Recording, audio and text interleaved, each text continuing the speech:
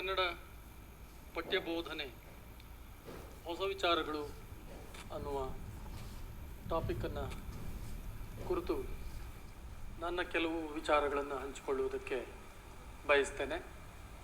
ಸ್ನೇಹಿತರೆ, ನನ್ನ ವಿಚಾರಗಳಿಗೆ ಹೋಗುವುದಕ್ಕೆ ಮುನ್ನ ಒಂದು ಸ್ಪಷ್ಟೀಕರಣ. ಇಲ್ಲಿ ನಾನು ಮಾತನಾಡಲಿರುವ ವಿಚಾರಗಳು ಹೊಸವು ಅಂತ ಅನ್ನಿಸಿದರೆ ಹೊಸವು, ಇಲ್ಲದೇ ಇದ್ದರೆ ಇಲ್ಲ.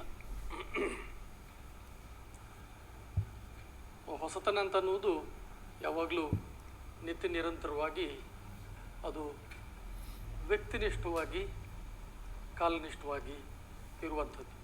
ಹಾಗೆ ಹೊಸತು ಅನ್ನುವುದು ಸಾರ್ವತ್ರಿಕವಾಗಿ ಸಾರ್ವಕಾಲಿಕವಾಗಿ ಇರುವುದಿಲ್ಲ. ಇನ್ನೊಂದು ಮಾತು, ನಾನು ಇವತ್ತು ಐಚ್ಛಿಕ ಕನ್ನಡ ಪಠ್ಯಗಳನ್ನು ಕುರಿತು ಮಾತನಾಡೋದಿಲ್ಲ, ಭಾಷಾ ಪಠ್ಯಗಳನ್ನು ಕುರಿತು ಮಾತ್ರವೇ ಮಾತಾಡ್ತೀವಿ. ಮತ್ತು ನಾವು ಬೋಧನೆಯನ್ನು ಕುರಿತು ಮಾತನಾಡುವಾಗ ಏನನ್ನು ನಾವು ಕಲಿಸ್ತಾ ಇದ್ದೀವಿ, ಯಾವ ಉದ್ದೇಶಕ್ಕೆ ಕಲಿಸ್ತಾ ಇದ್ದೀವಿ, ಎಷ್ಟನ್ನು ಕಲಿಸ್ತಾ ಇದ್ದೀವಿ ಅನ್ನುವುದಕ್ಕೂ ಮತ್ತು ಹೇಗೆ ಬೋಧನೆಯನ್ನು ಮಾಡ್ತಾ ಇದ್ದೀವಿ ಅನ್ನುವುದಕ್ಕೂ ಒಂದು ನೇರ ಸಂಬಂಧ ಇದೆ. ಹಾಗಾಗಿ ಅವುಗಳನ್ನು ಹೊರತುಪಡಿಸಿ ಬೋಧನಾ ವಿಧಾನ ಇದ್ರ ಬಗ್ಗೆ ನಾವು ಅಲಾಯದವಾಗಿ ಮಾತನಾಡುವುದಕ್ಕೆ ಆಗುವುದಿಲ್ಲ. ಸ್ನೇಹಿತರೆ, PPT ಇರುವುದರಿಂದ ನೀವು ನಿಮ್ಮ ಕಣ್ಣು ಮನಸ್ಸುಗಳನ್ನು ನನ್ನ ಧ್ವನಿ ಮತ್ತು ಅದೃಶ್ಯ ಎರಡು ಕಡೆಗೂ ಕೊಡಬೇಕು ಅಂತ ಕೇಳಿಕೊಂಡು ನಾನು ಮುಂದುವರಿತೇನೆ. ನೋಡಿ, ಒಂದು ಮಾತು ಆರಂಭಕ್ಕೆ, ನಾವು ತರಗತಿಯಲ್ಲಿ ಬೋಧನೆಯನ್ನು ಮಾಡಬೇಕೋ ಪಠ್ಯವನ್ನು, ಅಥವಾ ವಿದ್ಯಾರ್ಥಿಗಳಿಗೆ ಕಲಿಯುವುದಕ್ಕೆ ಅನುವು ಮಾಡಿಕೊಡಬೇಕು ಅನ್ನುವುದು ಒಂದು ಪ್ರಶ್ನೆ. ವಿದ್ಯಾರ್ಥಿಗಳಿಗೆ ಕಲಿಯುವುದಕ್ಕೆ ಅನುವು ಮಾಡಿಕೊಡಬೇಕಾದದ್ದು ಶಿಕ್ಷಕನ ಕರ್ತವ್ಯ ಅಂತ ತಿಳಿದವನು ನಾನು. ಹಾಗಾಗಿ ನಮ್ಮ ಶಿಕ್ಷಕರ ಕರ್ತವ್ಯ ನಿರ್ವಹಣೆಯ ಒಂದು ಭಾಗವಾಗಿ ಈ ಬೋಧನೆ ಅಂತ ಅನ್ನುವುದು ಒಂದು ಕೆಲಸ ಮಾತ್ರ. ಅಂದರೆ ಬೋಧನೆ ಎನ್ನುವುದು ಇಡೀ ಕಲಿಕೆ ಅಥವಾ ಶಿಕ್ಷಣದ ಒಂದು ದೊಡ್ಡ ಸರ್ವವ್ಯಾಪಿಯಾದಂತಹ ಸಂಗತಿ ಅಲ್ಲ. ಶಿಕ್ಷಣದ ಅಥವಾ ಕಲಿಕೆಯ ಒಂದು ಸಣ್ಣ ಭಾಗ. ನಾವು ಇಷ್ಟೆಲ್ಲ ನೋಡಿ ಚಟುವಟಿಕೆಗಳನ್ನು ವರ್ಷದಲ್ಲಿ ನಡೆಸ್ತೀವಿ, ಪರೀಕ್ಷೆ ಮಾಡ್ತೀವಿ, ಮೌಲ್ಯಮಾಪನವನ್ನು ಮಾಡ್ತೀವಿ, ಬೇರೆ ಬೇರೆ ರೀತಿಯ ಮನೆ ಕೆಲಸಗಳನ್ನು, ನಿಯೋಜಿತ ಕಾರ್ಯಗಳನ್ನು ಮಾಡ್ತೀವಿ, ಪ್ರಾಯೋಗಿಕ ತರಗತಿಗಳನ್ನು ತಗೊಳ್ತೀವಿ, ಬೇರೆ ಬೇರೆ ರೀತಿಯ ಚಟುವಟಿಕೆಗಳು, ಪಠ್ಯಪೂರಕ, ಪಠ್ಯೇತರ, ಕ್ರೀಡಾ ಮತ್ತು ಸಾಂಸ್ಕೃತಿಕ ಚಟುವಟಿಕೆಗಳು, ಇನ್ನಿತರ ಕೆಲವು ವಿದ್ಯಾರ್ಥಿಗಳ ಪ್ರತಿಭೆ ವಿಕಾಸವಾಗುವುದಕ್ಕೆ, ವಿದ್ಯಾರ್ಥಿಗಳ ವ್ಯಕ್ತಿತ್ವ ವಿಕಾಸವಾಗುವುದಕ್ಕೆ ಬೇಕಾದಂಥ ಹಲವು ರೀತಿಯ ಸಾಧ್ಯತೆಗಳನ್ನು ನಾವು ತೆರೆಯುವ ಕೆಲಸಗಳನ್ನು ನಮ್ಮ ಪದವಿ ಪೂರ್ವ ಹಂತದಲ್ಲಿ ಮಾಡ್ತೀವಿ. ಆ ಎಲ್ಲವುಗಳ ನಡುವೆ ಪಠ್ಯ ಬೋಧನೆ ಅಂತ ಅನ್ನೋದು ಒಂದು ಭಾಗ. ಇವೆಲ್ಲವುಗಳನ್ನು ಒಳಗೊಂಡದ್ದು ಸಮಗ್ರವಾಗಿ ಕಲಿಕೆ. ಇನ್ನೊಂದು ಸಂಗತಿಯನ್ನು ನಾನು ನಿಮಗೆ ಅದನ್ನು ಪಾಸ್ ಮಾಡಿ ಮುಂದೆ ಹೋದೆ, ಅದರ ಕಡೆ ಕೂಡ ನಾವು ಗಮನ ಕೊಡಬೇಕು. ಎಷ್ಟೋ ವೇಳೆ ನಾವು ಕಲಿಕೆಯ ವಾತಾವರಣವನ್ನು ನಿರ್ಮಾಣ ಮಾಡುವುದು, ಮಕ್ಕಳ ವ್ಯಕ್ತಿತ್ವದ ಸಮಗ್ರ ವಿಕಾಸಕ್ಕೆ ತಕ್ಕ ಚಟುವಟಿಕೆಗಳನ್ನು ರೂಪಿಸುವುದು, ಶಿಕ್ಷಕ ಕರ್ತವ್ಯವನ್ನು ನಿರ್ವಹಿಸುವುದು, ಈ ವಿಚಾರಗಳನ್ನು ಮಾತನಾಡುವಾಗ, ನಾವು ವೇದಿಕೆ ಮೇಲೆ ಭಾಷಣ ಮಾಡುವಾಗ ಅಥವಾ ಪಾಲಿಸಿ ಮ್ಯಾಟರ್ಗಳನ್ನ ಮಾತನಾಡುವಾಗ ಥಿಯರಿಟಿಕಲ್ ಆಗಿ ನಾವು ಬಹಳ ದೊಡ್ಡ ದೊಡ್ಡ ಯೋಜನೆಗಳನ್ನು ಮಾಡ್ತೀವಿ, ಆದರೆ ಪ್ರಾಕ್ಟೀಸ್ನಲ್ಲಿ ಅವು ಕೆಲವೊಮ್ಮೆ ಸೋಲ್ತವೆ. ಅಂದರೆ ನಮ್ಮಲ್ಲಿ ಥಿಯರಿ ಭಾಳ ಬ್ಯೂಟಿಫುಲ್ ಆಗಿ ಕಾಣುತ್ತೆ, ಸೈದ್ಧಾಂತಿಕವಾಗಿ ಮಾತನಾಡುವಾಗ ಅದು ಭಾಳ ಬ್ಯೂಟಿಫುಲ್ ಆಗಿ ಕಾಣುತ್ತೆ, ಪ್ರಾಕ್ಟೀಸ್ನಲ್ಲಿ ಅನೇಕ ವಿಚಾರಗಳು ಸೋಲ್ತವೆ. ಈ ಹಿಂದೆ ಒಂದು CCE ಅಂತ ಇತ್ತು, ನಿಮಗೆಲ್ಲ ನೆನಪಿರಬೇಕು, ಟೀಚರ್ಸ್ ಆದವ್ರಿಗೆ ಇದೆಲ್ಲ ನೆನಪಿರುತ್ತೆ. Continuous comprehensive evaluation. ವಿದ್ಯಾರ್ಥಿಗಳ ಮೌಲ್ಯಮಾಪನ ಅಂತ ಅನ್ನೋದು ಬಹಳ ಒಳ್ಳೆಯ ಕಾನ್ಸೆಪ್ಟ್. ಅದು ವಿದ್ಯಾರ್ಥಿಗಳ ಮೌಲ್ಯಮಾಪನ, ವಿದ್ಯಾರ್ಥಿಗಳ ಕಲಿಕೆಯನ್ನು ಅಳೆಯುವ ಕ್ರಮ ಇದೆಯಲ್ಲ, ಅದು ಒಂದು ಯಾವುದೋ ಒಂದು 3 ಗಂಟೆಗಳಲ್ಲಿ ಬರೆಯುವ ಪರೀಕ್ಷೆಯ ಮೂಲಕ ಅಳೆಯುವ ಕ್ರಮ ಆಗಬಾರ್ದು ಅನ್ನುವಂತಹ ಒಂದು ತಾತ್ವಿಕವಾದ ನಿಲುವಿನಿಂದ ಆರಂಭವಾದಂತಹ ಒಂದು ಕ್ರಮ ಅದು. ಯಾವಾಗಲೂ ಮೌಲ್ಯಮಾಪನ ಅಂತ ಅನ್ನುವುದು ವಿದ್ಯಾರ್ಥಿಗಳ ಕಲಿಕೆಯ ಮಟ್ಟವನ್ನು ನಾವು ಅಳೆಯುವ ಬೇರೆ ಬೇರೆ ಬೇರೆ ಬೇರೆ ಕ್ರಮಗಳ ಮೂಲಕ ಜರುಗಬೇಕು. ಅದು ನಿರಂತರವಾಗಿ ವರ್ಷವಿಡೀ ಜರುಗ್ತಾ ಇರಬೇಕು ಅನ್ನುವ ಒಂದು ತಾತ್ವಿಕವಾದಂತಹ ನೆಲೆಗಟ್ಟಿನಿಂದ ಆ CCEಯನ್ನು ಆರಂಭ ಮಾಡಿದ್ರು. ಆದರೆ ಪ್ರಾಕ್ಟಿಕಲ್ ಆಗಿ ಅದು ಫೇಲ್ ಆಯಿತು. ಆಮೇಲೆ ಅದನ್ನು ರದ್ದು ಮಾಡಿದ್ರು. ಈಗ 100 ಮಾರ್ಕ್ಸ್ಗೆ ಎಕ್ಸಾಮ್ಗಳು ನಡೀತಾ ಇದ್ದಾವೆ. ಅಂದರೆ ಕೆಲವೊಮ್ಮೆ ನಾವು ಆದರ್ಶ ಮತ್ತು ವಾಸ್ತವಗಳ ನಡುವೆ ಆ ರೀತಿಯ ಬೇರೆ ಬೇರೆ ಬೇರೆ ಬೇರೆ ಏನೇನು ಡಿಫರೆನ್ಸಸ್ ಬರ್ತವೆ ಅವುಗಳನ್ನು ನಿರಂತರವಾಗಿ ಪ್ರಯೋಗ ಮಾಡುವ ಮೂಲಕ ತೊಡೆದುಕೊಳ್ಳಬೇಕಾಗತ್ತೆ, ನಿವಾರಿಸ್ಕೊಳ್ಬೇಕಾಗತ್ತೆ. ಇದನ್ನು ನಾನು ಹೆಚ್ಚು ವಿಸ್ತರಿಸೋಲ್ಲ, ನಿಮ್ಗೆಲ್ರಿಗೂ ಸಾಕಷ್ಟು ಅನುಭವ ಇರೋದ್ರಿಂದ ನಾನು ಮುಂದಕ್ಕೆ ಹೋಗ್ತೀನಿ. ಆಮೇಲೆ ಇಲ್ಲಿ ನಾನು ಆರಂಭದಲ್ಲಿ ಪ್ರಸ್ತಾಪ ಮಾಡಿದ ಹಾಗೆ ನಾವು ವಿದ್ಯಾರ್ಥಿಗಳಿಗೆ ತರಗತಿಯಲ್ಲಿ ಏನನ್ನು ಕಲಿಯುವುದಕ್ಕೆ ಅನುವು ಮಾಡಿಕೊಡಬೇಕು, ಎಷ್ಟನ್ನು ಕಲಿಯುವುದಕ್ಕೆ ಅನುವು ಮಾಡಿಕೊಡಬೇಕು, ಮತ್ತು ಆ ಪಠ್ಯವನ್ನು ರೂಪಿಸುವಾಗ ಆ ಪಠ್ಯವನ್ನೇ ನಾವು ಯಾತಕ್ಕೆ ಇಡ್ತಾ ಇದ್ದೀವಿ, ಒಂದು ರ್ಯಾಷನೇಲ್, ಒಂದು ತರ್ಕ ಜಿಜ್ಞಾಸೆ, ಒಂದು ಸಮರ್ಥನ ಜಿಜ್ಞಾಸೆ ಬಹಳ ಜೋರಾಗಿ ಪಠ್ಯವನ್ನು ರೂಪಿಸುವ ಮುನ್ನ ನಡಿಬೇಕಾಗತ್ತೆ. ಅಂದರೆ ನಮ್ಮ ಶಿಕ್ಷಣ ವ್ಯವಸ್ಥೆಯಲ್ಲಿ ನಮ್ಮ ಸಬ್ಜೆಕ್ಟ್ ಮೂಲಕ, ಕನ್ನಡ ಪಠ್ಯದ ಮೂಲಕ ನಾವು ಏನನ್ನು ಸಾಧಿಸಲಿಕ್ಕೆ ಹೊರಟಿದ್ದೇವೆ ಅನ್ನುವ ಉದ್ದೇಶಗಳ ಸ್ಪಷ್ಟತೆ ಇರಬೇಕಾಗತ್ತೆ. ಆ ಉದ್ದೇಶಗಳ ಸ್ಪಷ್ಟತೆ ಇದ್ದಾಗ ನಾವು ಪಠ್ಯವನ್ನು ಯಾವುದನ್ನು ಕಲಿಯಲಿಕ್ಕೆ ಇಡಬೇಕು, ಎಷ್ಟನ್ನು ಕಲಿಯಲಿಕ್ಕೆ ಇಡಬೇಕು ಅನ್ನುವ ಚಿಂತನೆಯನ್ನು ಜೋರಾಗಿ ನಡೆಸುವುದಕ್ಕೆ ಸಾಧ್ಯ ಆಗುತ್ತೆ. ಸೊ ಹೇಗೆ ಕಲಿಸಬೇಕು ಅಂತ ಅನ್ನುವುದು ಆನಂತರದ ಪ್ರಶ್ನೆ. ಟೀಚಿಂಗ್ ಮೆಥಡಾಲಜಿ, ಫೆಸಿಲಿಟೇಟಿಂಗ್ ಮೆಥಡಾಲಜಿ, ಅದು ಯಾವ ರೀತಿಯಲ್ಲಿ ಇರಬೇಕು ಅನ್ನುವುದು ಆನಂತರದ ಹೆಜ್ಜೆ. ನಾವು ಬಹಳ ಗಂಭೀರವಾಗಿ ಇವುಗಳ ನಡುವಿನ ಸಂಬಂಧವನ್ನು ಮತ್ತೆ ಮತ್ತೆ ಪ್ರತಿಯೊಬ್ಬರು ಕೇಳ್ಕೊಂಡಿದ್ದೀವಾ? ಇಲ್ಲ ಅನ್ಸುತ್ತೆ. ಹಾಗಾಗಿನೇ ನಾವು ಈಗ ಇರುವ ಪಠ್ಯದ ಚೌಕಟ್ಟಿನಿಂದ ಹೊರಗೆ ಬರಲಿಕ್ಕೆ ಸಾಧ್ಯ ಆಗ್ತಾ ಇಲ್ಲ. ನಾವು ಎಲ್ಲಿಯವರೆಗೆ ಚೌಕಟ್ಟಿನಿಂದ ಹೊರಗೆ ಬರುವುದಿಲ್ಲವೋ ಅಲ್ಲಿಯವರೆಗೆ ನಮ್ಮ ವಿಧಾನಗಳು ಬದಲಾಗುವುದಿಲ್ಲ. ಚೌಕಟ್ಟಿನಿಂದ ಹೊರಗೆ ಬರೋದು ಅಂತಂದರೆ ನಮ್ಮ ಉದ್ದೇಶಗಳನ್ನು ನಾವು ಸ್ಪಷ್ಟಪಡಿಸ್ಕೊಳ್ಬೇಕು, ಖಚಿತಪಡಿಸ್ಕೊಳ್ಬೇಕು. ಆನಂತರದಲ್ಲಿ ಆ ಉದ್ದೇಶಗಳಿಗೆ ತಕ್ಕಾದಂತಹ ವಿಧಾನಗಳನ್ನು ರೂಪಿಸ್ಕೊಳ್ಬೇಕು. ನೋಡಿ, ಈ ಉದ್ದೇಶ ಮತ್ತು ವಿಧಾನಗಳ ನಡುವಿನ ಸಂಬಂಧಗಳನ್ನು ನಾವು ಯೋಚಿಸುವಾಗ ನಾವು ಒಂದು ಅಂಶವನ್ನು ಬಹಳ ಚೆನ್ನಾಗಿ ಗಮನ ಇಟ್ಕೋಬೇಕಿದು. ಯಾವುದೇ ಒಂದು ಘಟಕವನ್ನು, ಯಾವುದೇ ಒಂದು ಪಠ್ಯದ ಘಟಕವನ್ನು ನಾವು ತರಗತಿಯಲ್ಲಿ ನಿರ್ವಹಿಸಬೇಕಾದಾಗ ನಾವು ಯಾವ ಪ್ರದೇಶದಲ್ಲಿ ಕೆಲಸ ಮಾಡ್ತಾ ಇದ್ದೀವಿ, ಯಾವ ವಯೋಮಾನದ ಮಕ್ಕಳ ಜೊತೆಗೆ ಕೆಲಸ ಮಾಡ್ತಾ ಇದ್ದೀವಿ, ಯಾವ ರೀತಿಯ ಗ್ರಹಿಕೆಯ ಸಾಮರ್ಥ್ಯ ಇರುವ ಮಕ್ಕಳ ಜೊತೆಯಲ್ಲಿ ನಾವು ಕೆಲಸ ಮಾಡ್ತಾ ಇದ್ದೀವಿ, ಈ ಎಲ್ಲ ವಿಚಾರಗಳನ್ನು ಗಮನದಲ್ಲಿ ಇಟ್ಕೊಂಡು ನಾವು ಆನಂತರದಲ್ಲಿ ನಮ್ಮ ಬೋಧನಾ ಕ್ರಮಗಳನ್ನು, ಬೋಧನಾ ದಾರಿಗಳನ್ನು ರೂಪಿಸ್ಕೊಳ್ಬೇಕಾಗತ್ತೆ. ಆದರೆ ಗುಲ್ಬರ್ಗಾದಲ್ಲಿ ನೀವು ಪಾಠ ಮಾಡುವಾಗ, KGF-ನಲ್ಲಿ ಪಾಠ ಮಾಡುವಾಗ, ಮಂಗಳೂರಿನಲ್ಲಿ ಪಾಠ ಮಾಡುವಾಗ ನಿಮ್ಮ ಪಾಠ ಮಾಡಬೇಕಾದ ಸಿದ್ಧತೆ ಸ್ವಲ್ಪ ಭಿನ್ನವಾಗಿರಬೇಕಾಗುತ್ತೆ. ಪ್ರಾದೇಶಿಕವಾದಂತಹ ಹಿನ್ನೆಲೆ, ಭಾಷಿಕವಾದಂತಹ ಹಿನ್ನೆಲೆ, ಸಾಂಸ್ಕೃತಿಕವಾದ ಹಿನ್ನೆಲೆ ಅರಿವಿದ್ದಾಗ ನಿಮ್ಮ ಪಾಠ ಮಾಡುವ ಕ್ರಮಗಳು ಭಿನ್ನವಾಗ್ತವೆ. ಹಾಗೆಯೇ ಘಟಕವಾರು ಕೂಡ ನೀವು ಭಿನ್ನ ರೀತಿಯಲ್ಲಿ ಪ್ಲ್ಯಾನ್ ಮಾಡ್ಕೋಬೇಕು. ನಿಮಗೆಲ್ಲ ಇಲಾಖೆ ಈಗಾಗಲೇ ಕಂಪಲ್ಸರಿ ಮಾಡಿದೆ ಒಂದು ಇಯರ್ಲಿ ಪ್ಲ್ಯಾನ್ ಮಾಡಬೇಕು ಅಂತ. ಅದನ್ನೆಲ್ಲ ಎಲ್ಲರೂ ಆಚರಿಸ್ತಾ ಇದ್ದೀರಿ. ಅದನ್ನು ಕೆಲವರು ಕಾಟಾಚಾರಕ್ಕೆ ಸಿದ್ದರಾಮ ನೀನು ಮಾಡಿದ್ಯಾನ, ಅದು ವಾಟ್ಸಪ್ಪಲ್ಲ ಮೇಲೆಲ್ಲ ಕಳಿಸ್ಬಿಡ, ಅದು ಯಥಾ ರೀತಿ ನನ್ನ ಹೆಸರು ಬದಲಾಯಿಸ್ಕೊಂಡ್ಬಿಟ್ಟು ನಾನು ಕಳಿಸ್ಬಿಡ್ತೀನಿ. ತುಂಬ ಜನ ಹಾಗೆ ಮಾಡೋದುಂಟು.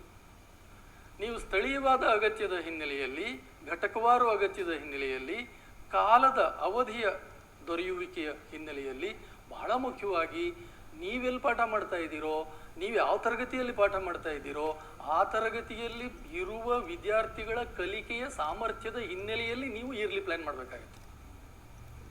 ಇಯರ್ಲಿ ಪ್ಲಾನ್ ಅಂತ ಅನ್ನುವುದು ವಿಶಿಷ್ಟವಾದದ್ದು, ಇಂಡಿವಿಜುವಲ್ ಆದದ್ದು, ಪ್ರಾದೇಶಿಕವಾದದ್ದು, ಕಾಲಿಕವಾದದ್ದು. ಆದರೆ ಕೆಲವರು ಒಂದು ಮಾಡೆಲ್ ಸಿಕ್ಬಿಟ್ರೆ, ಹಳೆ ಕಾಲದಲ್ಲಿ ನಮ್ಮ ಮೇಷ್ಟ್ರುಗಳು 1 ವರ್ಷ ನೋಟ್ಸ್ ಮಾಡಿಬಿಟ್ರೆ 20 ವರ್ಷ ತನಕ ಅದೇ ನೋಟ್ಸನ್ನೇ ಮಕ್ಕಿ ಓದ್ಕೊಂಬಂದು ಹೇಳೋದು, ಅದನ್ನೇ ನೋಟ್ಸ್ ಬರ್ಸೋದು ಮಾಡ್ತಾ ಇದ್ರಲ್ಲ, ಹಂಗೆ ಈಗ ನಮ್ಮವರು ಕೆಲವರು ಮಾಡ್ತಾ ಇದ್ದಾರೆ. ಹಂಗಲ್ಲ. ಆಮೇಲೆ ವಿದ್ಯಾರ್ಥಿಗಳ ಕಲಿಕಾ ಸಾಮರ್ಥ್ಯದ ಅಂದಾಜನ್ನು ನಾವು ಅರಿಯದೆ ಪಠ್ಯವನ್ನು ನಿರ್ವಹಿಸಲಿಕ್ಕೆ ಹೊರಡತಕ್ಕದ್ದಲ್ಲ. ನಮ್ಮಲ್ಲಿ ಎಷ್ಟು ಜನ, ನಮ್ಮನ್ನು ನಾವೇ ಪ್ರಶ್ನೆ ಕೇಳ್ಕೊಳ್ಳೋಣ, ನಮ್ಮಲ್ಲಿ ಎಷ್ಟು ಜನ ವರ್ಷದ ಆರಂಭದಲ್ಲಿ ಪ್ರತಿ ತರಗತಿಯಲ್ಲಿಯೂ ಅಟ್ಲೀಸ್ಟ್ ಫಾರ್ ಫಸ್ಟ್ ಇಯರ್ ಸ್ಟೂಡೆಂಟ್ಸ್ಗೆ ಅವರ ಗ್ರಹಿಕೆಯ ಸಾಮರ್ಥ್ಯವನ್ನು, ಅವರ ಮನದಟ್ಟು ಮಾಡಿಕೊಳ್ಳುವ ಸಾಮರ್ಥ್ಯವನ್ನು, ಅವರ ಅಭಿವ್ಯಕ್ತಿ ಸಾಮರ್ಥ್ಯವನ್ನು, ಅವರ ವ್ಯಾಖ್ಯಾನ ಸಾಮರ್ಥ್ಯವನ್ನು ನಾವು ಅಂದಾಜು ಮಾಡ್ತೀವಿ, ತಿಳ್ಕೊಳ್ತೀವಿ, ಗೇಜ್ ಮಾಡ್ತೀವಿ.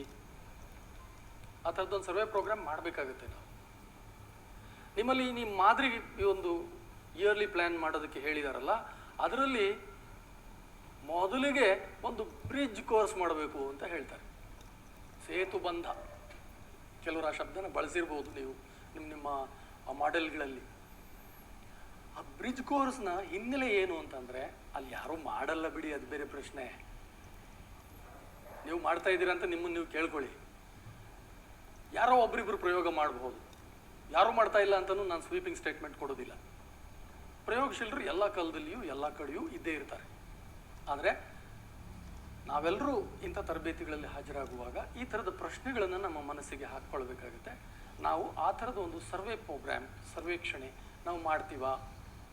ಮಾಡದ ಹೊರತು ನಾವು ಕಲಿಕೆಯ ವಿಧಾನ ಅಥವಾ ಕಲಿಕೆಗೆ ಅನುವು ಮಾಡಿಕೊಡಬಹುದಾದ ಸಾಧ್ಯತೆಗಳ ನೀಲಿನಕ್ಷೆ ತಯಾರು ಮಾಡ್ಕೊಳ್ಳೋದಕ್ಕಾಗೋದಿಲ್ಲ.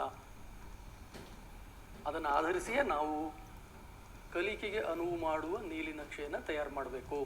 ನಾನು ಮತ್ತೆ ಟೀಚಿಂಗ್ ಅನ್ನೋ ಶಬ್ದನ ಬಳಸ್ತಾ ಇಲ್ಲ, ಅದರ ವಿವರಣೆಗೆ ಆನಂತರ ಬರ್ತೀವಿ. ನೋಡಿ, ಇದು ನಮ್ಮ ಪಠ್ಯದ ಸ್ವರೂಪ. ಪಠ್ಯದ ಸ್ವರೂಪವನ್ನು ನಾವು ಗಮನದಲ್ಲಿ ಇಟ್ಕೊಳ್ಳದೆ ಪಠ್ಯದ ನಿರ್ವಹಣೆಯನ್ನು ಕುರಿತು ಮಾತನಾಡೋಕ್ಕಾಗಲ್ಲ ಅಂತ ಈಗಾಗಲೇ ಹೇಳಿದ್ದೀನಿ ನಾನು. ನಿಮಗೆ ಗೊತ್ತಿರೋದ್ರಿಂದ ನಾನು ಸುಮ್ಮನೆ ಅದನ್ನು ನಿಮ್ಮ ಕಣ್ಣೆದುರಿಗೆ ಒಂದು ಕ್ಷಣ ಫಸ್ಟ್ ಇಯರ್ ಸೆಕೆಂಡ್ ಇಯರ್ 2 ವರ್ಷದನ್ನು ಕಂಪ್ಯಾರಿಟಿವ್ ಆಗಿ ಡಿಸ್ಪ್ಲೇ ಮಾಡಿ ಮುಂದಕ್ಕೆ ಹೋಗ್ತೀನಿ. ಇದನ್ನೇನು ನಾನು ನಿಮಗೆ ವಿವರಿಸಬೇಕಾದ ಅಗತ್ಯ ಇಲ್ಲ, ನೀವೆಲ್ಲರೂ ಶಿಕ್ಷಕರಾಗಿರೋದ್ರಿಂದ. ಇದು ಒಟ್ಟು ಪಠ್ಯದ ಒಂದು ಸ್ಕೆಲೆಟನ್. ಫಸ್ಟ್ ಇಯರ್ ಹೇಗಿದೆ, ಸೆಕೆಂಡ್ ಇಯರ್ ಹೇಗಿದೆ. ನಾನು ರೆಡ್ ಮಾರ್ಕ್ ಏನು ಮಾಡಿದ್ದೀನಲ್ಲ, ಅದು ಫಸ್ಟ್ ಇಯರ್ನಲ್ಲಿ ಇಲ್ಲದೆ ಇರೋದು ಸೆಕೆಂಡ್ ಇಯರ್ನಲ್ಲಿ 2 ಅಂಶ. ನೆಕ್ಸ್ಟ್, ಇದು ಅಭ್ಯಾಸ ಪುಸ್ತಕ ಅಂತ ಮಾಡಿದ್ದಾರೆ. ಇದೊಂದು ಬಹಳ ಒಳ್ಳೆಯ ಬೆಳವಣಿಗೆ. ಮುಂಚೆ ಇರಲಿಲ್ಲ, ಇವು ಇತ್ತೀಚೆಗೆ ಶುರುವಾಗಿದ್ದಾವೆ ಅಭ್ಯಾಸ ಪುಸ್ತಕಗಳು. ಈ ಅಭ್ಯಾಸ ಪುಸ್ತಕಗಳೇನಿದೆ, ಪ್ರಯೋಗ ಪ್ರಣತಿ ಅಂತ ಫಸ್ಟ್ ಇಯರ್ಗೆ, ಪಲ್ಲವ ಅಂತ ಸೆಕೆಂಡ್ ಇಯರ್ಗೆ. ಈ ಫಸ್ಟ್ ಇಯರ್ ಮತ್ತು ಸೆಕೆಂಡ್ ಇಯರ್ ಅಭ್ಯಾಸ ಪುಸ್ತಕಗಳಲ್ಲಿ ನನಗೆ ಮೇಲ್ನೋಟಕ್ಕೆ ಅನಿಸಿದ್ದು, ಈ 2 ವರ್ಷಗಳಲ್ಲಿ ನಾವು ಏನನ್ನು ಅಭ್ಯಾಸ ಮಾಡಿಸ್ಬೇಕು ಅನ್ನುವ ಬಗೆಗೆ ಒಂದು ಅಂದಾಜು ತಿಳುವಳಿಕೆ ನಮ್ಮ ಪಠ್ಯಪುಸ್ತಕ ತಯಾರಕರಿಗೆ ಇದೆ. ಆದರೆ ಅದನ್ನೇ ಯಾಕೆ ಅಭ್ಯಾಸ ಮಾಡಿಸಬೇಕು ಮತ್ತು ಅದರ ಮೂಲಕ ನಾವು ಸಾಧಿಸ್ತಾ ಇರುವ ಗುರಿಗಳು, ಉದ್ದೇಶಗಳು ಏನು ಅನ್ನುವ ಬಗೆಗೆ ಒಂದು ಖಚಿತವಾದ ತಿಳುವಳಿಕೆ ಇಲ್ಲ ಅಂತ ನನ್ನ ಅಭಿಪ್ರಾಯ. ಹಾಗೆ ನೋಡಿದ್ರೆ ಹೈಸ್ಕೂಲ್ ಟೆಕ್ಸ್ಟ್ಗಳಿಗೆ ಕಂಪೇರ್ ಮಾಡಿದ್ರೆ ಇಲ್ಲಿ ಒಂದು ಬಹಳ ದೊಡ್ಡ ಜಿಗಿತವನ್ನು ನಾವು ಗುರುತಿಸ್ಬೋದು. ನಿಮ್ಮಲ್ಲಿ ಯಾರಾದರೂ ಹೈಸ್ಕೂಲ್ ಟೆಕ್ಸ್ಟನ್ನು ಗಮನಿಸಿರೋರು ನೆನಪಿಸ್ಕೊಳ್ಳಿ. ಅಲ್ಲಿ ಭಾಷಾಭ್ಯಾಸದ ಹೆಸರಿನಲ್ಲಿ ಬರೀ ಛಂದಸ್ಸು, ವ್ಯಾಕರಣ, ಸಂಸ್ಕೃತ ಸಂಧಿಗಳು, ಮೀಮಾಂಸೆ ಅವುಗಳನ್ನೇ ಸುರಿತಾರೆ, ಹೇರ್ತಾರೆ. ಹಾಗಾದರೆ ಅವುಗಳ ಆಚೆಗೆ ಭಾಷಾ ಕೌಶಲ್ಯ, ಭಾಷಾ ಸಾಮರ್ಥ್ಯಗಳು ಇಲ್ವಾ? ಬಹಳ ದೊಡ್ಡ ಪ್ರಶ್ನೆ. ಅದನ್ನು ನಾನು ಹೆಚ್ಚು ವಿಸ್ತರಣೆ ಮಾಡೋದಕ್ಕೆ ಹೋಗೋದಿಲ್ಲ. ನಿಮ್ಮ ಮನಸ್ಸಿಗೆ ಆ ಪ್ರಶ್ನೆಯನ್ನು ಹಾಕಿ ಮುಂದಕ್ಕೆ ಹೋಗ್ತೀನಿ. ಚಟುವಟಿಕೆಗಳನ್ನು ನಿಮ್ಮ ಪಠ್ಯ ಪುಸ್ತಕದಲ್ಲಿಯೇ ಕೊಟ್ಟಿದ್ದಾರೆ. ನಾನು ನಿಮ್ಮ PUC ಪಠ್ಯ ಪುಸ್ತಕದಿಂದನೇ ಈ ಚಟುವಟಿಕೆಗಳನ್ನು ತೆಗೆದು ಇಲ್ಲಿ ಒಂದು ಚಾರ್ಟ್ ಮಾಡಿದ್ದೀನಿ. ಫಸ್ಟ್ ಇಯರ್ PUCನಲ್ಲಿ 3 ಘಟಕಕ್ಕೆ ಚಟುವಟಿಕೆಗಳಿದ್ದಾವೆ. ಲೆಫ್ಟ್ ಸೈಡಲ್ಲಿ ಅದು ಮಾರ್ಕ್ ಮಾಡಿದ್ದೀನಿ. ಸೆಕೆಂಡ್ ಇಯರ್ ಪುಸ್ತಕದಲ್ಲಿ ಒಟ್ಟು 3 ಘಟಕಕ್ಕೆ ಚಟುವಟಿಕೆಗಳು ಇಲ್ಲ, ಮಿಕ್ಕೆಲ್ಲ ಘಟಕಕ್ಕೆ ಚಟುವಟಿಕೆಗಳಿದ್ದಾವೆ. ಅವುಗಳಲ್ಲಿ ನನಗೆ ಇಷ್ಟವಾದ ಕೆಲವು ಚಟುವಟಿಕೆಗಳನ್ನು ನಾನು ಪಟ್ಟಿ ಮಾಡಿ ಕೊಟ್ಟಿದ್ದೀನಿ. ನೋಡಿ, ಅಲ್ಲಿ ಸೂರ್ಯೋದಯದ ಬಗ್ಗೆ ನೀವು ಬರವಣಿಗೆ ಬರೀರಿ ಅಂತ ಮಕ್ಕಳಿಗೆ ಒಂದು ಚಟುವಟಿಕೆ ಇಟ್ಟಿದೆ. ನಗರ ಮತ್ತು ಹಳ್ಳಿಯ ಜೀವನಗಳ ನಡುವಿನ ಅಂತರ್ಸಂಬಂಧಗಳು, ಅಂತರಗಳು, ಅವುಗಳ ಬಗೆಗೆ ನೀವೊಂದು ಕವಿತೆ ಬರೀರಿ ಅನ್ನುವ ಒಂದು ಚಟುವಟಿಕೆಯನ್ನು, ಪ್ರಬಂಧ ಬರೆಯುವ ಚಟುವಟಿಕೆಯನ್ನು, ಲೇಖನ ರಚನೆಯ ಚಟುವಟಿಕೆಯನ್ನು, ನಾಟಕ ರೂಪಾಂತರದ ಚಟುವಟಿಕೆಯನ್ನು, ಅಭಿನಯದ ಚಟುವಟಿಕೆಯನ್ನು, ಗುಂಪು ಚರ್ಚೆಯ ಚಟುವಟಿಕೆಯನ್ನು, ಹಾಗೆಯೇ ಬೇರೆ ಬೇರೆ ವಸ್ತುಗಳಿಗೆ ಸಂಬಂಧಪಟ್ಟ ಹಾಗೆ ನಿಮ್ಮ ಆಲೋಚನೆಗಳು ಏನು ಅನ್ನುವುದನ್ನು ಚರ್ಚಿಸಿ, ಈ ಥರದ ಚಟುವಟಿಕೆಗಳನ್ನು ಇಂಟ್ರೊಡ್ಯೂಸ್ ಮಾಡಿದ್ದಾರೆ. ಈ ಚಟುವಟಿಕೆಗಳನ್ನು ಎಷ್ಟು ಜನ ಅಧ್ಯಾಪಕರು ಪಠ್ಯ ಸಂಬಂಧಿಯಾಗಿ ಮತ್ತು ಪಠ್ಯದ ಆಚೆಗೆ ನಡೆಸ್ತಾ ಇದ್ದಾರೆ? ಈ ಪ್ರಶ್ನೆಯನ್ನು ನಿಮ್ಮನ್ನು ನೀವು ಕೇಳ್ಕೊಳ್ಳಿ. ನೀವು ಎಷ್ಟು ನಡೆಸ್ತಾ ಇದ್ದೀರಿ? ಈ ಚಟುವಟಿಕೆಗಳನ್ನು ನಿಮ್ಮ ಪುಸ್ತಕದಿಂದನೇ ಎತ್ಕೊಟ್ಟಿದ್ದೀನಿ, ಒಂದ್ಸರಿ ಗಮನಿಸಿ. ಇವುಗಳ ಹಿನ್ನೆಲೆಯಲ್ಲಿ ಒಂದು ಮಾತು ಏನದು ಅಂತಂದರೆ, ಪಠ್ಯದಲ್ಲಿ ಏನು ಕಂಟೆಂಟ್ ಇದೆ, ಆ ಕಂಟೆಂಟಿನಿಂದ ಉದ್ದೀಪಿತವಾಗಿ ತಾವು ಚಟುವಟಿಕೆಗಳನ್ನು ರೂಪಿಸಿದ್ದಾರೆ ಶಿಕ್ಷಕರು, ಸಂಪಾದಕರು. ಅಂದರೆ ಪಠ್ಯದಲ್ಲಿ ನೀವು ಏನನ್ನ ಟೆಕ್ಸ್ಟ್ ಆಗಿ ಇಂಟ್ರಡ್ಯೂಸ್ ಮಾಡಿದ್ದೀರೋ ಆ ಟೆಕ್ಸ್ಟ್ಗೆ ಸಂಬಂಧಿಸಿದ ಹಾಗೆ ಚಟುವಟಿಕೆಗಳನ್ನು ಅವರು ರೂಪಿಸಿದ್ದಾರೆ. ಅಂದರೆ ಪಠ್ಯದ ಕಂಟೆಂಟಿನ ಮೂಲಕ ನೀವು ಚಟುವಟಿಕೆಗಳನ್ನು ಸೃಷ್ಟಿಸಬೇಕೋ, ರೂಪಿಸಬೇಕೋ, ಚಟುವಟಿಕೆಗಳನ್ನು ನಿಮ್ಮ ಶಿಕ್ಷಣದ ಉದ್ದೇಶಗಳಿಗಾಗಿ ರೂಪಿಸಿ ಆ ಚಟುವಟಿಕೆಗಳನ್ನು ಆಗು ಮಾಡುವುದಕ್ಕೆ ಬೇಕಾದ ಪಠ್ಯವನ್ನು ರೂಪಿಸಬೇಕು. This is my question. ಎರಡನೇ ಪ್ರಶ್ನೆ ಇದೆಯಲ್ಲ, ನಾವು ನಿಜವಾಗಿಯೂ ಮಾಡಬೇಕಾಗಿರೋದು ಅದನ್ನೇ. ಶಿಕ್ಷಕರ ಹೊಣೆ ಏನು, ಶಿಕ್ಷಣದ ಉದ್ದೇಶ ಏನು, ಸೆಕೆಂಡ್ PUCನಲ್ಲಿ ಒಟ್ಟು ವಿದ್ಯಾರ್ಥಿಗಳನ್ನು ಯಾತಕ್ಕಾಗಿ ತಯಾರು ಮಾಡ್ತೀವಿ, ಹೇಗೆ ತಯಾರು ಮಾಡ್ತೀವಿ, ಈ ಉದ್ದೇಶಗಳನ್ನು ಕೂಲಂಕಷವಾಗಿ ಚರ್ಚಿಸಿ ನಾವು ಅದನ್ನು ಸಾಧಿಸುವುದಕ್ಕೆ ಬೇಕಾದ ಚಟುವಟಿಕೆಗಳನ್ನು ಚಾರ್ಟ್ ಮಾಡಿ ಆ ಚಾರ್ಟ್ಗೆ ಅನುಗುಣವಾಗಿ ಪಠ್ಯವನ್ನು ರೂಪಿಸಬೇಕು. ನಾವು ಜಾತ್ಯಾಧಾರಿತವಾಗಿ, ಪ್ರದೇಶಾಧಾರಿತವಾಗಿ, ಲಿಂಗಾಧಾರಿತವಾಗಿ, ಚಾರಿತ್ರಿಕವಾಗಿ ಕೆಲವು ರಿಸರ್ವೇಷನ್ಗಳನ್ನು, ರೋಸ್ಟರ್ ಸಿಸ್ಟಮ್ಗಳನ್ನು ಇಟ್ಕೊಂಡು ಪ್ರಕಾರ ಆಧಾರದಲ್ಲಿ ಪಠ್ಯಗಳನ್ನು ರೂಪಿಸಿ ಆ ಪಠ್ಯಗಳಿಂದ ಏನು ಚಟುವಟಿಕೆ ರೂಪಿಸ್ಬೋದು ಆ ಚಟುವಟಿಕೆಗಳನ್ನು ರೂಪಿಸ್ಬೇಕು. ಏನು ಮಾಡಬೇಕು? ಉತ್ತರ ನೀವು ಹೇಳಬೇಕಾಗಿಲ್ಲ, ನಿಮ್ಮ ಮನಸ್ಸಿನಲ್ಲಿ ಆ ಉತ್ತರಗಳು ಹೊಳೆದ್ರೆ ಸಾಕು, ಮುಂದಕ್ಕೆ ಹೋಗೋಣ. ಈಗ ಮತ್ತೆ ತಿರುಗಿ ಆ ಪ್ರಶ್ನೆಗಳನ್ನ ಇನ್ನೊಮ್ಮೆ ಹೇಳ್ತಾ ಇದ್ದೀನಿ. ನಮಗೆ ಪಠ್ಯವನ್ನು ರೂಪಿಸುವಾಗ ಬಹಳ ದೊಡ್ಡ ಒಂದು ಸಿದ್ಧತೆ. ನಾವು ಯಾತಕ್ಕಾಗಿ ಇದನ್ನೇ ಕಲಿಸಬೇಕು, ನಮ್ಮ ಉದ್ದೇಶಗಳೇನು, ಇಷ್ಟನ್ನು ಕಲಿಸಿದರೆ ಸಾಕೆ, ಎಷ್ಟನ್ನು ಕಲಿಸಬೇಕು, ಈ ಥರದ ಒಂದು ಸಮಗ್ರವಾದ ಚರ್ಚೆ, ಜಿಜ್ಞಾಸೆ ನಡಿಲೇಬೇಕು. ನಡೆಯೋಲ್ಲ. ನೋಡಿ, ನಮ್ಮಲ್ಲಿ ಬಹಳಷ್ಟು ಕಾಲ, ಈವನ್ ಟುಡೇ, ಅನುವಿನ ವಿಧಾನ ಅನ್ನುವುದನ್ನು ಮೆಥಡ್ ಆಫ್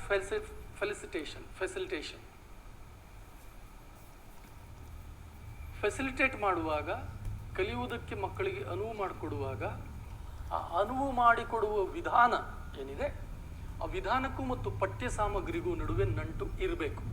ಎಷ್ಟೋ ವೇಳೆ ನಾವು ಜನರಲ್ ಆದಂತಹ ವಿಧಾನಗಳನ್ನು ಪಠ್ಯಕ್ಕೆ ಅನ್ವಯಿಸ್ತಾ ಇರ್ತೀವಿ. ಹಾಗೆ ಅನ್ವಯಿಸುವುದು ಆಗಬಾರದು. ಇನ್ನೊಂದು, ನಾವು ಎಷ್ಟೋ ವೇಳೆ ನಮ್ಮ ಪರೀಕ್ಷೆಗೂ ಮೌಲ್ಯಮಾಪನಕ್ಕೂ ಪಠ್ಯ ಸಾಮಗ್ರಿಗೂ ಆ ನಡುವಿನ ಅಂತರ್ಸಂಬಂಧವನ್ನು ಸಂಪೂರ್ಣವಾಗಿ ಜಾರಿಗೆ ತರುವುದಿಲ್ಲ. Question paper pattern text pattern, ಇವೆರಡರ ನಡುವೆ ನಮ್ಮ ನಿಜವಾದ ಉದ್ದೇಶಗಳೇನು, ನಾವು ಏನನ್ನು ಪರೀಕ್ಷೆ ಮಾಡ್ತಾ ಇದ್ದೀವಿ ಅನ್ನೋದು ಇನ್ನೂ ಮುಂದಕ್ಕೆ ದಾಟಿದ ಪ್ರಶ್ನೆ. ನಾವು ಏನನ್ನು ಕಲಿಸ್ತಾ ಇದ್ದೀವಿ ಅದು ಬಹಳ ಬೇಸಿಕ್ ಆದಂತಹ ಪ್ರಶ್ನೆ. ಇನ್ನೂ ಒಂದು ಬಹಳ ಮುಖ್ಯವಾದಂತಹ ಪ್ರಶ್ನೆಯನ್ನು ಈ ಸಂದರ್ಭದಲ್ಲಿ ನಾವು ಕೇಳ್ಕೋಬೇಕು. ಅದೇನು ಅಂತಂದರೆ, ನಾವು ಪರೀಕ್ಷೆ ಮಾಡುವುದು ಅಳಿಯೋದಕ್ಕೋ ಕಲಿಸೋದಕ್ಕೋ? ಪರೀಕ್ಷೆ ಎನ್ನುವುದೊಂದು ಚಟುವಟಿಕೆ. ಎಕ್ಸಾಮಿನೇಷನ್ನು, ಟೆಸ್ಟು, ಸೆಮಿನಾರು, ಬೇರೆ ಬೇರೆ ಬೇರೆ ಬೇರೆ ರೀತಿಯ ಗುಂಪು ಚರ್ಚೆ, ಇವೆಲ್ಲವುಗಳು ಕೂಡ ಚಟುವಟಿಕೆಗಳು. ಪರೀಕ್ಷೆ ಅನ್ನುವುದು ಕಲಿಕೆಯ ಅಂಗ ಆಗಬೇಕು. ನಮ್ಮಲ್ಲಿ ತುಂಬ ಜನ ಪರೀಕ್ಷೆಯನ್ನೇ ಗುರಿಯಾಗಿಸ್ಕೊಳ್ತಾರೆ, ಅದಕ್ಕೆ ಬೇಕಾದ ದಾರಿಯನ್ನು ತಾವು ಹಿಡಿತಾರೆ. ಆಮೇಲೆ ಪಠ್ಯರಚನೆಗೆ ಸಂಬಂಧಪಟ್ಟ ಹಾಗೆ ನಾನು ಹಿಂದೆ ಹೇಳಿದ ಮ್ಯಾಟರ್ ಮುಂದೆ ಕೂಡ ರಿಪೀಟ್ ಆಗಬಹುದು, ಅದನ್ನು ಆನಂತರದಲ್ಲಿ ವಿಸ್ತರಿಸ್ಕೊಳ್ಳೋಣ. ಪಠ್ಯ ರಚನೆಗೆ ಸಂಬಂಧಪಟ್ಟ ಹಾಗೆ ಮತ್ತು ಹೇಗೆ ಕಲಿಸಬೇಕು ಅನ್ನುವ ಬಗ್ಗೆ ಈ ಎರಡಕ್ಕೂ ಸಂಬಂಧಪಟ್ಟ ಹಾಗೆ ನಮ್ಮಲ್ಲಿ ರಿಸರ್ಚ್ ವಿಂಗ್ ಇದೆಯಾ? ಕೆಲವು ಕಡೆ ಕಾಟಾಚಾರಕ್ಕಿದೆ, ಆದರೆ ಅದು ಕೆಲಸ ಮಾಡ್ತಾ ಇದೆಯಾ? ತೃಪ್ತಿಕರವಾಗಿ ಕೆಲಸ ಮಾಡ್ತಾ ಇಲ್ಲ. ಆ್ಯಕ್ಷನ್ ರಿಸರ್ಚ್ ಇದೆಯಲ್ಲ, ಆ್ಯಕ್ಷನ್ ರಿಸರ್ಚು ನಿರಂತರವಾಗಿ ಕ್ರಿಯಾಶೀಲವಾಗಿ ಇರಬೇಕಾಗಿರುವಂತಹ ಒಂದು ವಿಂಗ್. ವೈಯಕ್ತಿಕವಾಗಿಯೂ ಅದು ಕ್ರಿಯಾಶೀಲವಾಗಿರಬೇಕು, ಹಾಗೆಯೇ ಅದು ರಾಜ್ಯವ್ಯಾಪಿಯಾಗಿ ಘಟಕವಾರು, ವಲಯವಾರು, ಕ್ಲಸ್ಟರ್ವಾರು ಕ್ರಿಯಾಶೀಲವಾಗಿರಬೇಕು. ಅಂದರೆ ನಾನು ಆರಂಭದಲ್ಲಿ theory and practice dichotomy, theory and practice binary ಹೇಳಿದ್ನಲ್ಲ, ನಾವು ಕಾನ್ಸೆಪ್ಚುವಲ್ ಆಗಿ ಬಹಳ ಜೋರಾದಂತಹ ಐಡಿಯಾಗಳನ್ನು ರೂಪಿಸ್ತೀವಿ, ಆದರೆ ಪ್ರಾಕ್ಟಿಕಲ್ ಆಗಿ ಅನುಸರಿಸುವಾಗ ಅವುಗಳು ಫೇಲ್ ಆಗ್ತವೆ ಅಂತ ಹೇಳಿದ್ನಲ್ಲ. ಅದಕ್ಕೊಂದು ಪರಿಹಾರ ಏನು ಅಂತಂದರೆ, ಶಿಕ್ಷಕರಾದವರು ನಿರಂತರವಾಗಿ ಪ್ರಯೋಗಶೀಲರಾಗಿ ಇರ್ತಾ ಪ್ರಯೋಗ ಮಾಡ್ತಾನೆ ಬೆಟರ್ ಪ್ರಾಕ್ಟೀಸ್ ಯಾವುದು, ಬೆಸ್ಟ್ ಪ್ರಾಕ್ಟೀಸ್ ಯಾವುದು ಅನ್ನುವುದನ್ನು ಚಾಕೌಟ್ ಮಾಡ್ತಾ ಹೋಗಬೇಕು, ರೂಪಿಸ್ತಾ ಹೋಗಬೇಕು. ಹಾಗೆ ರೂಪಿಸುವ ಮೂಲಕ ಒಂದು ಉತ್ತಮವಾದಂತಹ ಚಟುವಟಿಕೆಗಳ ಯಾದಿಯನ್ನು, ಕಲಿಕಾ ಕ್ರಮಗಳ ಯಾದಿಯನ್ನು ತಯಾರು ಮಾಡಬೇಕು. ಪಾಲಿಸಿ ಲೆವೆಲಲ್ಲೂ ಆಗಬೇಕು, ಪ್ರಾಕ್ಟೀಸ್ ಲೆವೆಲಲ್ಲೂ ಆಗಬೇಕು, ಇಂಡಿವಿಜುವಲ್ ಲೆವೆಲಲ್ಲೂ ಆಗಬೇಕು. ಹಾಗೊಂದು ಯಾದಿಯನ್ನು ತಯಾರು ಮಾಡಿ ಅದನ್ನು ನಿರಂತರವಾಗಿ ಮತ್ತೆ ತಿರುಗಿ ಪ್ರಯೋಗಕ್ಕೆ, ಪರಿಶೀಲನೆಗೆ, ಪರಿಷ್ಕರಣೆಗೆ ಗುರಿ ಮಾಡ್ತಾ ಇರಬೇಕು. ಯಾವುದೂ ಕೂಡ ಅಂತಿಮ ಅಲ್ಲ, ನಿರಂತರ ಚಲನಶೀಲತೆಯೇ ನಿಜವಾದ ಸತ್ಯ. ನಿರಂತರವಾಗಿ ಒಂದು ಕ್ರಿಯಾ ಸಂಶೋಧನಾ ಘಟಕ, ಒಂದು ಆ್ಯಕ್ಷನ್ ರಿಸರ್ಚ್ ಯೂನಿಟ್ ಅಥವಾ ಹಲವು ಆ್ಯಕ್ಷನ್ ರಿಸರ್ಚ್ ಯೂನಿಟ್ಸ್ ಇರಬೇಕು. ಅದರ ಮೂಲಕ ಪಠ್ಯವನ್ನು ರೂಪಿಸುವುದಕ್ಕೆ ಬೇಕಾದಂತಹ ಸಂಶೋಧನೆ ನಡೀತಾ ಇರಬೇಕು. ಅಗೇನ್ ಇದನ್ನು ನಾನು ಎಕ್ಸ್ಪ್ಲೈನ್ ಮಾಡಿದ್ದೀನಿ, ಮುಂದಕ್ಕೆ ಹೋಗ್ಬೋದು. ಪಠ್ಯ ಲೇಖಕ ಕೇಂದ್ರಿತವಾಗಿರಬೇಕಾ, ಪ್ರಕಾರ ಕೇಂದ್ರಿತವಾಗಿರಬೇಕಾ, ವಿಚಾರ ಕೇಂದ್ರಿತವಾಗಿರಬೇಕಾ, ಕೌಶಲ್ಯ ಕೇಂದ್ರಿತವಾಗಿರಬೇಕಾ, ಶಕ್ತಿ ಸಾಮರ್ಥ್ಯ ಕೇಂದ್ರಿತವಾಗಿರಬೇಕಾ, ಬೋಧನಾ ವಿಧಾನ ಚಟುವಟಿಕೆ ಆಧಾರಿತವಾಗಿರಬೇಕಾ, ಸಹಭಾಗಿ ಕಲಿಕೆಯ ಮೂಲಕ ನಡಿಬೇಕಾ, ಒನ್ ವೇ ಲೆಕ್ಚರಿಂಗ್ ಮೂಲಕ, ಟಾಕ್ ಆ್ಯಂಡ್ ಚಾಕ್ ಮೆಥಡ್ ಮೂಲಕ ನಡಿಬೇಕಾ? These are all valid questions. ನಾನು ಇವುಗಳಿಗೆ ಯಾವಕ್ಕೂ ಉತ್ತರ ಹೇಳಬೇಕಾದ ಅಗತ್ಯವೇ ಇಲ್ಲ. ಈ ಪ್ರಶ್ನೆಗಳೆಲ್ಲ ಯಾವ ಥರದವು ಅಂತಂದರೆ ಉತ್ತರವನ್ನು ಒಳಗೊಂಡಿರುವಂಥ ಪ್ರಶ್ನೆಗಳು. ನಿಮಗೇನೆ ಆ ಇಂಗಿತ ಗೊತ್ತಾಗ್ತಾ ಹೋಗುತ್ತೆ. ನಾವು ವಿದ್ಯಾರ್ಥಿಗಳ ಕೌಶಲ್ಯವನ್ನು, ಶಕ್ತಿ ಸಾಮರ್ಥ್ಯವನ್ನು ಗುರುತಿಸುವುದಕ್ಕೆ, ವೃದ್ಧಿಸುವುದಕ್ಕೆ ಬೇಕಾದಂತಹ ಚಟುವಟಿಕೆಗಳನ್ನು ರೂಪಿಸ್ಕೊಳ್ಬೇಕು ಮತ್ತು ಅದಕ್ಕೆ ಬೇಕಾದಂತಹ ಪಠ್ಯಗಳನ್ನು ರೂಪಿಸ್ಕೊಳ್ಬೇಕು. ಅತ್ಯುತ್ತಮವಾದಂತಹ ಶಿಕ್ಷಕರು ಕಾಸದಿಂದನೂ ರಸ ಮಾಡಬಲ್ಲರು, ಅದು ನಮಗೆ ಗೊತ್ತಿದೆ. ಎಷ್ಟೋ ವೇಳೆ ಶಿಕ್ಷಕರ ಸಾಮರ್ಥ್ಯ, ಶಿಕ್ಷಕರ ಆಲೋಚನಾ ಶಕ್ತಿ, ಅವರ ವಿಷನ್ ಅದೇನೇ ಹೆಚ್ಚು ಕೆಲಸ ಮಾಡ್ತಾ ಇರುತ್ತೆ ಥಿಯರಿಗಿಂತ, ಟೆಕ್ಸ್ಟ್ಗಿಂತ, ಕಂಟೆಂಟ್ಗಿಂತ. ಕಂಟೆಂಟ್ ನೆಪ. ಶಿಕ್ಷಕ ನೆಪನ ಇಟ್ಕೊಂಡು ಎಲ್ಲಿಗೆ ಬೇಕಾದರೂ ಮಕ್ಕಳನ್ನು ಜಿಗಿಸಬಹುದು. ಅದಕ್ಕೆ ಶಿಕ್ಷಕರಿಗೆ ವಿಷನ್ ಬೇಕಾಗುತ್ತೆ. ನಮ್ಮಲ್ಲಿ ಈ ಪ್ರಯೋಗಾಲಯದ ಬಗ್ಗೆ ಕೂಡ, ಭಾಷಾ ಪ್ರಯೋಗಾಲಯದ ಬಗ್ಗೆ ಕೂಡ ಸಾಕಷ್ಟು ಅವಜ್ಞೆ ಇದೆ. ನನಗೆ ತಿಳಿದ ಮಟ್ಟಿಗೆ PU ಕಾಲೇಜ್ಗಳಲ್ಲಿ ಲ್ಯಾಂಗ್ವೇಜ್ ಲ್ಯಾಬ್ ಇರೋದನ್ನು ನಾನು ಕಾಣೆ. ನನಗೆ ತಿಳಿದ ಮಟ್ಟಿಗೆ ಯಾರ ಕಾಲೇಜಲ್ಲಾದರೂ ಇದೆಯಾ ಲ್ಯಾಂಗ್ವೇಜ್ ಲ್ಯಾಬ್? ಇದೆಯಾ? ಫಿಸಿಕ್ಸ್ಗೆ ಕೆಮಿಸ್ಟ್ರಿಗೆ ಲ್ಯಾಬ್ ಇರಬಹುದಂತೆ, ಲ್ಯಾಂಗ್ವೇಜ್ಗೆ ಇರಬಾರ್ದಂತೆ. ಇರಲ್ಲ, ಇರಬೇಕು. ಒಬ್ಬ ವಿದ್ಯಾರ್ಥಿಗೆ, ವಿದ್ಯಾರ್ಥಿನಿಗೆ ಆಕೆಯ ಮಾತನಾಡುವ ಕೌಶಲ, ಆಕೆಯ ಕೇಳಿ ಗ್ರಹಿಸುವ ಕೌಶಲ ಮತ್ತು ತನ್ನ ಭಾವನೆಯನ್ನು, ತನ್ನ ಗ್ರಹಿಕೆಯನ್ನು, ತನ್ನ ಅನುಭವವನ್ನು ಪಕ್ಕಾ ಆಗಿ ಖಚಿತವಾಗಿ ಅಭಿವ್ಯಕ್ತಿಸುವಂತಹ ಕೌಶಲಗಳನ್ನು ಕ್ರಾಸ್ ಚೆಕ್ ಮಾಡ್ಕೊಳ್ಳೋದಕ್ಕೆ ಲ್ಯಾಂಗ್ವೇಜ್ ಲ್ಯಾಬ್ ಬೇಕಾಗುತ್ತೆ. ಆದರೆ ನಮ್ಮಲ್ಲಿ ಲ್ಯಾಂಗ್ವೇಜ್ ಲ್ಯಾಬ್ ಇಲ್ಲ. ಮತ್ತು ಅದಕ್ಕೆ ಸಂಬಂಧಪಟ್ಟ ಹಾಗೆ ಪಠ್ಯದ ಒಳಗಡೆ ಕೆಲವು ಸೂಚನೆಗಳು ಬೇಕಾಗುತ್ತೆ. ನಮಗೆ ಏನನ್ನು ನೀಡಬೇಕಾಗಿದೆ ಅನ್ನುವ ಬಗೆಗೆ ಖಚಿತವಾದ ತಿಳುವಳಿಕೆ ಇಲ್ಲ. ಹಾಗಾಗಿ ನಾವು ಪಠ್ಯದ ಚೌಕಟ್ಟಿನ ಒಳಗೇನೆ ಹೇಳುತ್ತಾ ಇದ್ದೀವಿ. ನಮಗೆ ರೋಸ್ಟರ್ ಸಿಸ್ಟಮ್ ಮೇಂಟೈನ್ ಮಾಡೋದೇ ಬಹಳ ದೊಡ್ಡ ಚಾಲೆಂಜು. ಮಕ್ಕಳಿಗೆ ಏನು ಕೊಡಬೇಕಾಗಿದೆ ಅದು ನಿಜವಾದ ಚಾಲೆಂಜು. ನಾವು ಅದನ್ನು ಎದುರಿಸ್ತಾ ಇಲ್ಲ. ಆಮೇಲೆ ಇನ್ನೊಂದು, ಪಠ್ಯದ ಸ್ವರೂಪವನ್ನು ದಾಟಿ ವಿಧಾನದ ಬಗ್ಗೆ ನಾವು ಎಷ್ಟೇ ಹೊಸದಾಗಿ ಬಡ್ಕೊಂಡ್ರು ಅದು ದೊಡ್ಡದಲ್ಲ. ಅಕ್ಷರ ಬಿಟ್ರೆ ಬೇರೆ ಏನೂ ಇರಲ್ಲ ನಿಮ್ಮ ಟೆಕ್ಸ್ಟಲ್ಲಿ. ಎಲ್ಲೋ ಅಲ್ಲೊಂದು ಚಿತ್ರ ಇರುತ್ತೆ. ನಿಮಗೆ ಟೆಕ್ಸ್ಟ್ ಬುಕ್ಕಲ್ಲಿ ನಿಮ್ಮ ಪುಸ್ತಕ ಎಲ್ಲ ಮುಗಿಸಿದ ಮೇಲೆ ಇದು ಕಾಣುತ್ತೆ, ತಂಬಾಕಿನ ಚಿತ್ರ, ತಂಬಾಕಿನ ಪರಿಣಾಮದ ಚಿತ್ರ. ಅದು ಬಿಟ್ರೆ ನೋಡಿ, ನಿಮ್ಗೆ ತಿರುಗಿಸಿ ಲೇಖಕರ ಫೋಟೋ ಬಿಟ್ರೆ ಇನ್ನೊಂದು ಚಿತ್ರ ಇಲ್ಲ. ಲೇಖಕರ ಫೋಟೋ ಬಿಟ್ರೆ ಇನ್ನೊಂದು ಚಿತ್ರ ಇಲ್ಲ.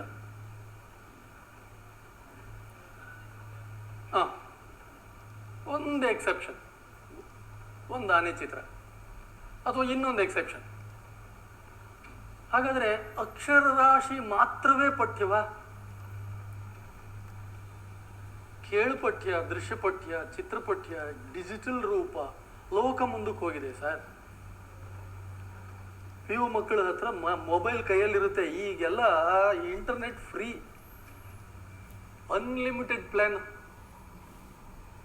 ಏನನ್ನು ಬೇಕಾದರೂ ಅಕ್ಸೆಸ್ ಮಾಡಬಹುದು, ಆಕೆ ಏನನ್ನು ಬೇಕಾದರೂ ಅಕ್ಸೆಸ್ ಮಾಡಬಹುದು. ಆದರೆ ನಾವು ಟೆಕ್ಸ್ಟಲ್ಲಿ ಮಾತ್ರ ಬರೀ ಅಕ್ಷರ ಇಟ್ಟಿರ್ತೀವಿ. ಒಂದು ವೆಬ್ ಲಿಂಕು ಕೂಡ ಕೊಡೋದಿಲ್ಲ, ಒಂದು ಬಾರ್ ಕೋಡ್ ಕೂಡ ಕೊಡೋದಿಲ್ಲ ಪುಸ್ತಕದಲ್ಲಿ. ಶ್ರವ್ಯ ಪಠ್ಯಕ್ಕೆ ಅವನು ಹೋಗ್ಬೋದಲ್ವಾ? ಆಯ್ತು, ನಿಮ್ಮಲ್ಲಿ ನಾಟಕ ಇಟ್ಟಿದ್ದಾರೆ ಬೋಳೇಶಂಕರ, ಅದಕ್ಕೊಂದು ಶ್ರವ್ಯಕ್ಕೊಂದು ಲಿಂಕ್ ಕೊಡ್ಬೋದಲ್ವಾ? ಈ ಗಾಂಧಿ ಬೆಸಗಳಿ ಕತೆ ಇಟ್ಟಿದ್ದಾರೆ ನಿಮಗೆ ಟೆಕ್ಸ್ಟಲ್ಲಿ. ಗಾಂಧಿ ಬೆಸಗಳಿ ರಮಣದ್ದು ಸಿನಿಮಾ ಆಗಿದೆ. ಆ ಸಿನಿಮಾ ಯೂಟ್ಯೂಬಲ್ಲಿ ಸಿಗುತ್ತೆ ಫ್ರೀಯಾಗಿ. ಅದಕ್ಕೊಂದು ಲಿಂಕ್ ಕೊಡಿ ಸ್ವಾಮಿ ನಿಮ್ಮ ಟೆಕ್ಸ್ಟಲ್ಲಿ. ದೃಶ್ಯಪಠ್ಯದ ಮೂಲಕ ಮಕ್ಕಳು ಪಠ್ಯವನ್ನು ಅರ್ಥ ಮಾಡಿಕೊಳ್ಳುವುದು, ಆ ಮೂಲಕ ಲೋಕವನ್ನು ಅರ್ಥ ಮಾಡಿಕೊಳ್ಳುವುದು ಬೇರೆ ರೀತಿಯಲ್ಲಿಯೇ ಸಾಧ್ಯ ಆಗುತ್ತೆ. ದೃಶ್ಯಪಠ್ಯದ ಅನುಸಂಧಾನ ಬೇರೆ ರೀತಿಯಲ್ಲಿಯೇ ಸಾಧ್ಯ ಆಗುತ್ತೆ. ಆದರೆ ನಾವು ಪಠ್ಯದ ಸ್ವರೂಪವನ್ನು ಕುರಿತು ಮಾತನಾಡುವಾಗ ಅದಕ್ಕಿರುವ ಭಿನ್ನ ಲೋಕ ಸಾಧ್ಯತೆಗಳನ್ನು ನಾವು ಒಳಗೆ ತಗೊಳ್ಳೋದಿಲ್ಲ. ನಾನು ಆರಂಭದಲ್ಲಿ ಅದಕ್ಕೆ ಹೇಳಿದ್ದು, ಚೌಕಟ್ಟು ದಾಟಬೇಕು ನಾವು. ಚೌಕಟ್ಟು ಪಠ್ಯದಲ್ಲೇ ದಾಟದೇ ಇದ್ರೆ ವಿಧಾನದಲ್ಲಿ ಹೇಗೆ ದಾಟೋದು? ಮತ್ತೆ ನನಗೆ ನೆನಪಾಗೋದು, ಕ್ರಿಯಾಶೀಲನಾದ ಅಧ್ಯಾಪಕ ದಾಟೋದಕ್ಕೆ ಸಾಧ್ಯ ಇದೆ, ಅದು ಅಸಾಧ್ಯ ಅಂತ ಅಲ್ಲ, ಸಾಧ್ಯ ಇದೆ. ಅದರ ಹೊರತಾಗಿಯೂ ನಾವು ಚೌಕಟ್ಟುಗಳನ್ನು ಯಾಕೆ ದಾಟಬಾರದು ಅನ್ನೋದು ನನ್ನ ಪ್ರಶ್ನೆ. ನೋಡಿ, ನಮಗೆ ವಿದ್ಯಾರ್ಥಿಗಳನ್ನು ಹೇಗೆ ತಯಾರು ಮಾಡಬೇಕು, ಯಾತಕ್ಕೆ ತಯಾರು ಮಾಡಬೇಕು ಅನ್ನುವಾಗ ಪರೀಕ್ಷೆಯಲ್ಲಿ ಮಾರ್ಕ್ಸ್ ಸ್ಕೋರ್ ಮಾಡಿಸೋದೇ ನಮ್ಮ ಸಾಧನೆ ಆಗಿಬಿಟ್ಟಿರುತ್ತೆ. ಹಾಗಾದರೆ ನಮ್ಮ ಬೋಧನೆ, ನಮ್ಮ ಕಲಿಕೆಗೆ ಅನುವು ಮಾಡಿಕೊಡುವ ಕಾರ್ಯ, ಶಿಕ್ಷಕ ಕರ್ತವ್ಯ ವಿದ್ಯಾರ್ಥಿಯನ್ನು ಪರೀಕ್ಷೆಗೆ ಸಿದ್ಧಪಡಿಸುವುದೋ ಅವನ ಒಟ್ಟು ಸಮಗ್ರ ವ್ಯಕ್ತಿತ್ವವನ್ನು ವಿಕಾಸ ಮಾಡುವುದಕ್ಕೆ ಪ್ರಯತ್ನಿಸುವುದೋ? ಸೊ ಒಟ್ಟು ಸಮಗ್ರವಾದಂತಹ ವ್ಯಕ್ತಿತ್ವವನ್ನು ನಿರ್ಮಾಣ ಮಾಡುವುದು ನಮ್ಮ ಉದ್ದೇಶ ಅನ್ನುವುದಾದರೆ, ಅದನ್ನು ನಿರ್ಮಾಣ ಮಾಡುವುದಕ್ಕೆ ಬೇಕಾದಂತಹ ವ್ಯಕ್ತಿಯಲ್ಲಿ ಇರಬಹುದಾದಂತಹ ಭಾಷಾ ಸಾಮರ್ಥ್ಯಗಳು, ಭಾಷಾ ಕೌಶಲ್ಯಗಳು ಮತ್ತು ಇತರ ಪ್ರಜ್ಞೆ, ಅದು ನೈತಿಕ ಪ್ರಜ್ಞೆ ಇರಬಹುದು, ಬೇರೆ ಬೇರೆ ರೀತಿಯ ಮೌಲ್ಯ ಪ್ರಜ್ಞೆಗಳಿರ್ಬೋದು, ಬೇರೆ ಬೇರೆ ರೀತಿಯ ಸಾಮರ್ಥ್ಯ ಕೌಶಲ್ಯಗಳಿರ್ಬೋದು, ಅವುಗಳನ್ನೆಲ್ಲ ನಾವು ಅವರಲ್ಲಿ ಕೆಲವು ಇರ್ತವೆ ಈಗಾಗಲೇ. ಅವರೇನೊಂಥರ ಬ್ಲ್ಯಾಂಕ್ ಆಗಿ ಇರುವುದಿಲ್ಲ PUCಗೆ ಬರುವ ಮಕ್ಕಳು. ಅವುಗಳನ್ನು ನಾವು ಗುರುತಿಸುವ ಮತ್ತು ವೃದ್ಧಿಸುವ ಕೆಲಸವನ್ನು ಮಾಡಬೇಕಾಗುತ್ತೆ. ಇವೆರಡರ ನಡುವೆ ಎಷ್ಟೋ ವೇಳೆ ಅಂದರೆ ಪರೀಕ್ಷೆ ಮತ್ತು ವ್ಯಕ್ತಿತ್ವ ನಿರ್ಮಾಣ, ಇವೆರಡರ ನಡುವೆ ನಾವು ಸಮನ್ವಯ ಮತ್ತು ಸಮತೋಲನವನ್ನು ಕೆಲವೊಮ್ಮೆ ಸಾಧಿಸ್ತಾ ಇರುವುದಿಲ್ಲ. ಎರಡು ಅತಿಗಳಲ್ಲಿ ಕೆಲವು ಸಾರಿ ಇರ್ತೀವಿ ನಾವು. ಪರೀಕ್ಷೆಯ ಅತಿಯಲ್ಲಿ ಪಠ್ಯವನ್ನು ನಿರ್ವಹಿಸುವುದು ಅಥವಾ ಪಠ್ಯದ ಕಂಟೆಂಟನ್ನು ದಾಟಿಸುವ ಅತಿಯಲ್ಲಿ ಪಠ್ಯವನ್ನು ನಿರ್ವಹಿಸುವುದು, ಪರೀಕ್ಷೆ ಕಡೆ ಹೆಚ್ಚು ಗಮನವನ್ನೇ ಕೊಡದೆ. ಈ ಎರಡೂ ಅತಿಗಳನ್ನು ನಾವು ಮೀರಿ ಅವೆರಡರ ನಡುವಿನ ಸಮನ್ವಯವನ್ನು ಮತ್ತು ಸಮತೋಲನವನ್ನು ಸಾಧಿಸುವ ಕಡೆ ನಾವು ಯೋಚಿಸಬೇಕು, ಚಿಂತಿಸಬೇಕು. ಈ ಭಾಷೆಯ ಬಗ್ಗೆ ಮಾತನಾಡುವುದಾದರೆ ಸಾಕಷ್ಟು ಚರ್ಚೆ ಆಗಿದೆ ಈ ವಿಚಾರ. ನಿಮಗೆ ಇಡೀ ಟೆಕ್ಸ್ಟನ್ನು ನಿರ್ವಹಿಸುವಾಗ ಟೀಚರ್ಸು ಒಂದು ಸ್ಟ್ಯಾಂಡರ್ಡ್ ಕನ್ನಡವನ್ನಾಗಿ ಅನುವಾದಿಸ್ತಾ ಇರ್ತಾರೆ. ಎಷ್ಟೋ ವೇಳೆ ಟೆಕ್ಸ್ಟಲ್ಲಿ ಬೇರೆ ಬೇರೆ ಕನ್ನಡಗಳಿಗೆ ಪ್ರಾತಿನಿಧ್ಯ ಇರುತ್ತೆ, ಆದರೆ ಟೀಚರ್ಸ್ ಏನು ಮಾಡ್ತಾರೆ ಅಂದರೆ ಒಂದು ಪ್ರಮಾಣ ಕನ್ನಡಕ್ಕೆ ಅದನ್ನು ಟ್ರಾನ್ಸ್ಲೇಟ್ ಮಾಡ್ತಾ ಇರ್ತಾರೆ, ತರ್ಜುಮೆ ಮಾಡ್ತಾ ಇರ್ತಾರೆ. ಮತ್ತು ವಿದ್ಯಾರ್ಥಿಗಳ ಭಾಷಾ ವೈವಿಧ್ಯತೆಯ ಸಾಮರ್ಥ್ಯವನ್ನು ಪ್ರಮಾಣ ಕನ್ನಡದ ಕಲಿಕೆಯನ್ನಾಗಿ ಅವರು ಕಟ್ ಹಾಕ್ತಾ ಇರ್ತಾರೆ, ಮಿತಿಗೊಳಿಸ್ತಾ ಇರ್ತಾರೆ. ಹಾಗಾಗಬೇಕಾ? ಹಲವು ಲೋಕ ನುಡಿಗಳು ಇರುತ್ತವೆ, ಆದರೆ ನಾವು ಅದನ್ನು ಒಂದು ಪ್ರಮಾಣ ಕನ್ನಡವನ್ನಾಗಿ ರೂಪಿಸಬೇಕಾ? ಭಾಷೆಯನ್ನು ಕುರಿತು ಮಾತನಾಡುವಾಗ ಆಡು ಭಾಷೆಯಲ್ಲಿ ಮಕ್ಕಳು ಬೇರೆ ಬೇರೆ ರೀತಿಯ ನುಡಿಗಳನ್ನು ಬಳಸ್ತಾ ಇರ್ತಾರೆ. ಅವುಗಳನ್ನು ತರಗತಿಯಲ್ಲಿ ಬಳಸುವುದಕ್ಕೆ ಅವಕಾಶ ಕಡಿಮೆ ನಮ್ಮಲ್ಲಿ. ಪರೀಕ್ಷೆಯಲ್ಲಿ ಬಳಸೋದಕ್ಕಂತೂ ಇನ್ನೂ ಅವಕಾಶ ಕಡಿಮೆ. ದೇಸಿ ನುಡಿಗಟ್ಟನ್ನು ಬಳಸುವುದಕ್ಕೆ ಅವನಿಗೆ ಅವನದೇ ಒಂದು ಪದಕೋಶ ಇರುತ್ತೆ, ಅವನಿಗೆ ಅವನದೇ ಒಂದು ರಿಜಿಸ್ಟರ್ ಇರುತ್ತೆ. ಅದನ್ನು ಪರೀಕ್ಷೆಯಲ್ಲಿ ಬಳಸುವುದಕ್ಕೆ ನಾವು ಕಡಿಮೆ ಅವಕಾಶವನ್ನು ಕೊಡ್ತೀವಿ. ಟೆಸ್ಟಲ್ಲಿ ಅಥವಾ ಅಸೈನ್ಮೆಂಟಲ್ಲಿ ಮಕ್ಕಳು ಅವರ ಮನೆ ಭಾಷೆಯನ್ನು, ಅವರ ಪ್ರಾದೇಶಿಕ ಭಾಷೆಯನ್ನು ಬಳಸಿದರೆ ನಾವು ಆ ಪ್ರಾದೇಶಿಕ ಭಾಷೆಯನ್ನು ಮನ್ನಿಸುವುದಿಲ್ಲ, ಮಾನ್ಯ ಮಾಡುವುದಿಲ್ಲ. ಎಷ್ಟೋ ವೇಳೆ ಶಿಕ್ಷಕರು ಪ್ರಮಾಣ ಕನ್ನಡವನ್ನು ಮಾತ್ರ ಮಾನ್ಯ ಮಾಡ್ತೀವಿ.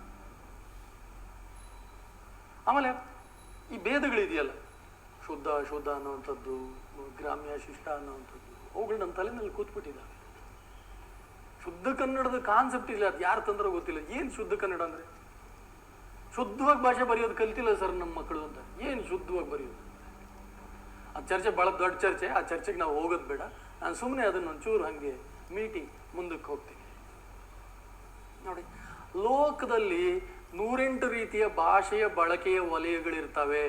ಕಲಿಕೆಯಲ್ಲಿ ನಾವು ಅವನ್ನು ಒಳಗೆ ತಗೊಳ್ತೀವ? ಕಲಿಕೆನಲ್ಲಿ ಒಳಗೆ ತಗೊಳ್ತೀವ?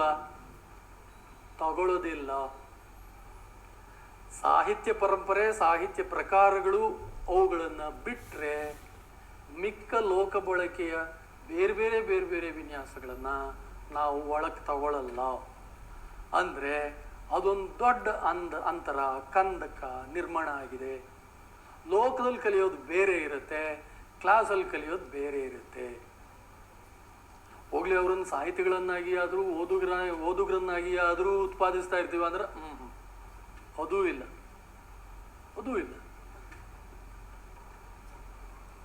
ಆಮೇಲೆ ನಮ್ಮಲ್ಲಿ ನೆನಪಿಟ್ಕೊಳ್ಳೋದು, ರೀಪ್ರೊಡ್ಯೂಸ್ ಮಾಡೋದು, ಇಮಿಟೇಟ್ ಮಾಡೋದು, ಅನುಕರಿಸೋದು, ಅದನ್ನೇ ಹೆಚ್ಚು ಹೆಚ್ಚು ಕಲಿಸ್ತಾ ಇರ್ತೀವಿ. ಇದನ್ನು ತಿಳ್ಕೊ, ಅರ್ಥ ಆಯ್ತಾ, ಏನು ಹೇಳು, ಅವ್ನು ರಿಪೀಟ್ ಮಾಡಬೇಕು. ಅವನು ಹೊಸದನ್ನೇನನ್ನು ಉತ್ಪಾದಿಸುವ ಹಾಗೆ, ಕ್ರಿಯೇಟ್ ಮಾಡುವ ಹಾಗೆ ಇಲ್ಲ. ಅದರಲ್ಲೂ ಶಬ್ದಗಳು, ಪದಕೂಟಗಳು, ಪದಕಂತೆಗಳ ವಿಚಾರದಲ್ಲಂತೂ ಇದು ನಿಜ. ಅವನು ಹೊಸ ಹೊಸ ಪದಕಂತೆಗಳನ್ನು ಲೋಕದಲ್ಲಿ ಉತ್ಪಾದಿಸ್ತಾ ಇರ್ತಾನೆ, ಹೊರಗಡೆ ಸಮಾಜದ ವ್ಯವಹಾರದಲ್ಲಿ ಉತ್ಪಾದಿಸ್ತಾ ಇರ್ತಾನೆ, ಬಳಸ್ತಾ ಇರ್ತಾನೆ, ಆರಾಮಾಗಿ ಬಳಸ್ತಾ ಇರ್ತಾನೆ. ಅವನು ಮನೆ ವಾತಾವರಣದಲ್ಲಿ, ಸ್ನೇಹಿತರ ಜೊತೆಯಲ್ಲಿ ಅವನು ಬಳಸ್ತಾ ಇರ್ತಾನೆ ಲೀಲಾಜಾಲವಾಗಿ. ಅವ್ರಿಗೆ ಭಾಷೆ ಗೊತ್ತಿರುವಂಥದ್ದೇ. ಆದರೆ ನಾವು ತರಗತಿನಲ್ಲಿ ಏನು ಮಾಡ್ತೀವಿ ಅಂತಂದರೆ ಅದನ್ನು ಕರ್ಬ್ ಮಾಡ್ತೀವಿ ಎಷ್ಟೋ ವೇಳೆ. ಅಥವಾ ನಮ್ದೇನೋ ಒಂದು ಕಠಿಣ ಪದ ಅಂತ ಇರುತ್ತೆ ಟೆಕ್ಸ್ಟಲ್ಲಿ, ಆ ಕಠಿಣ ಪದಗಳಿಗೆ ಅರ್ಥ ಕೊಟ್ಟು ಆ ಕಠಿಣ ಪದಗಳಿಗೆ ಅರ್ಥ ತಿಳ್ಕೊಳ್ಳೋದನ್ನು ಹೇಳ್ತೀವಿ. ಮಕ್ಕಳಿಗೆ ಯಾವ ಒಕ್ಯಾಬ್ಯುಲರಿಯನ್ನು ನಾವು ವೃದ್ಧಿಸ್ತಾ ಇರ್ತೀವಿ ಅಂತಂದರೆ ಸಾಹಿತ್ಯ ಪದಕೋಶದ ಒಂದು ತಿಳುವಳಿಕೆಯನ್ನು ವೃದ್ಧಿಸ್ತಾ ಇರ್ತೀವಿ. ಲೋಕ ಬಳಕೆಯ ಪದಕೋಶ ಇದೆಯಲ್ಲ, ಅದನ್ನು ನಾವು ವೃದ್ಧಿಸುವ ಕೆಲಸವನ್ನು ಖಂಡಿತವಾಗಿಯೂ ಮಾಡ್ತಾ ಇಲ್ಲ. ನಮ್ಮ ಉದ್ದೇಶಗಳಲ್ಲಿ ಅದು ಒಂದು ಆಗಬೇಕು, ಆಗ್ತಾ ಇಲ್ಲ, ಈಗ ಆಗಬೇಕು. ನೀವು ಮುಂದೆ ಪಠ್ಯಪುಸ್ತಕ ಸಂಪಾದಕ ಮಂಡಳಿಯ ಸದಸ್ಯರಾಗ್ಬೋದು, ಅಥವಾ ಸಲಹಾ ಮಂಡಳಿಯ ಸದಸ್ಯರಾಗ್ಬೋದು, ಆಗದೇನೆ ಇರ್ಬೋದು, ಅದು ಬೇರೆ ವಿಚಾರ. ಆದರೆ ನೀವು ಅದನ್ನು ಜಾರಿ ಮಾಡುವವರಲ್ವೇ? ಪಠ್ಯಪುಸ್ತಕದಲ್ಲಿ ಏನೇನು ನ್ಯೂನತೆಗಳಿದ್ರೂ ಅವುಗಳನ್ನು ದಾಟುವುದು ಹೇಗೆ ಅಂತ ನೀವು ಚಿಂತನಶೀಲರಾಗಿ ಯೋಚನೆ ಮಾಡಿದ್ರೆ ದಾಟೋದಕ್ಕೆ ನಿಮ್ಮ ಕೈಲಿ ಸಾಧ್ಯ ಇದೆ. ಅದಕ್ಕಾಗಿ ನಾನು ಇದನ್ನೆಲ್ಲ ಹೇಳ್ತಾ ಇದ್ದೀನಿ ನೋಡಿ. ಕೌಶಲ ಕೇಂದ್ರಿತ ಮತ್ತು ಚಟುವಟಿಕೆ ಆಧಾರಿತವಾದ ಕಲಿಕೆ ನಮ್ದಾಗಬೇಕಲ್ವೇ? ನಾವು ಅರ್ಥ ಕೇಂದ್ರಿತವಾಗಿ ಪಠ್ಯವನ್ನು ಬೋಧಿಸ್ತೀವಿ, ಕಂಟೆಂಟನ್ನು ಮನದಟ್ಟು ಮಾಡಿಸುವ ದೃಷ್ಟಿಯಿಂದ ಬೋಧಿಸ್ತೀವಿ.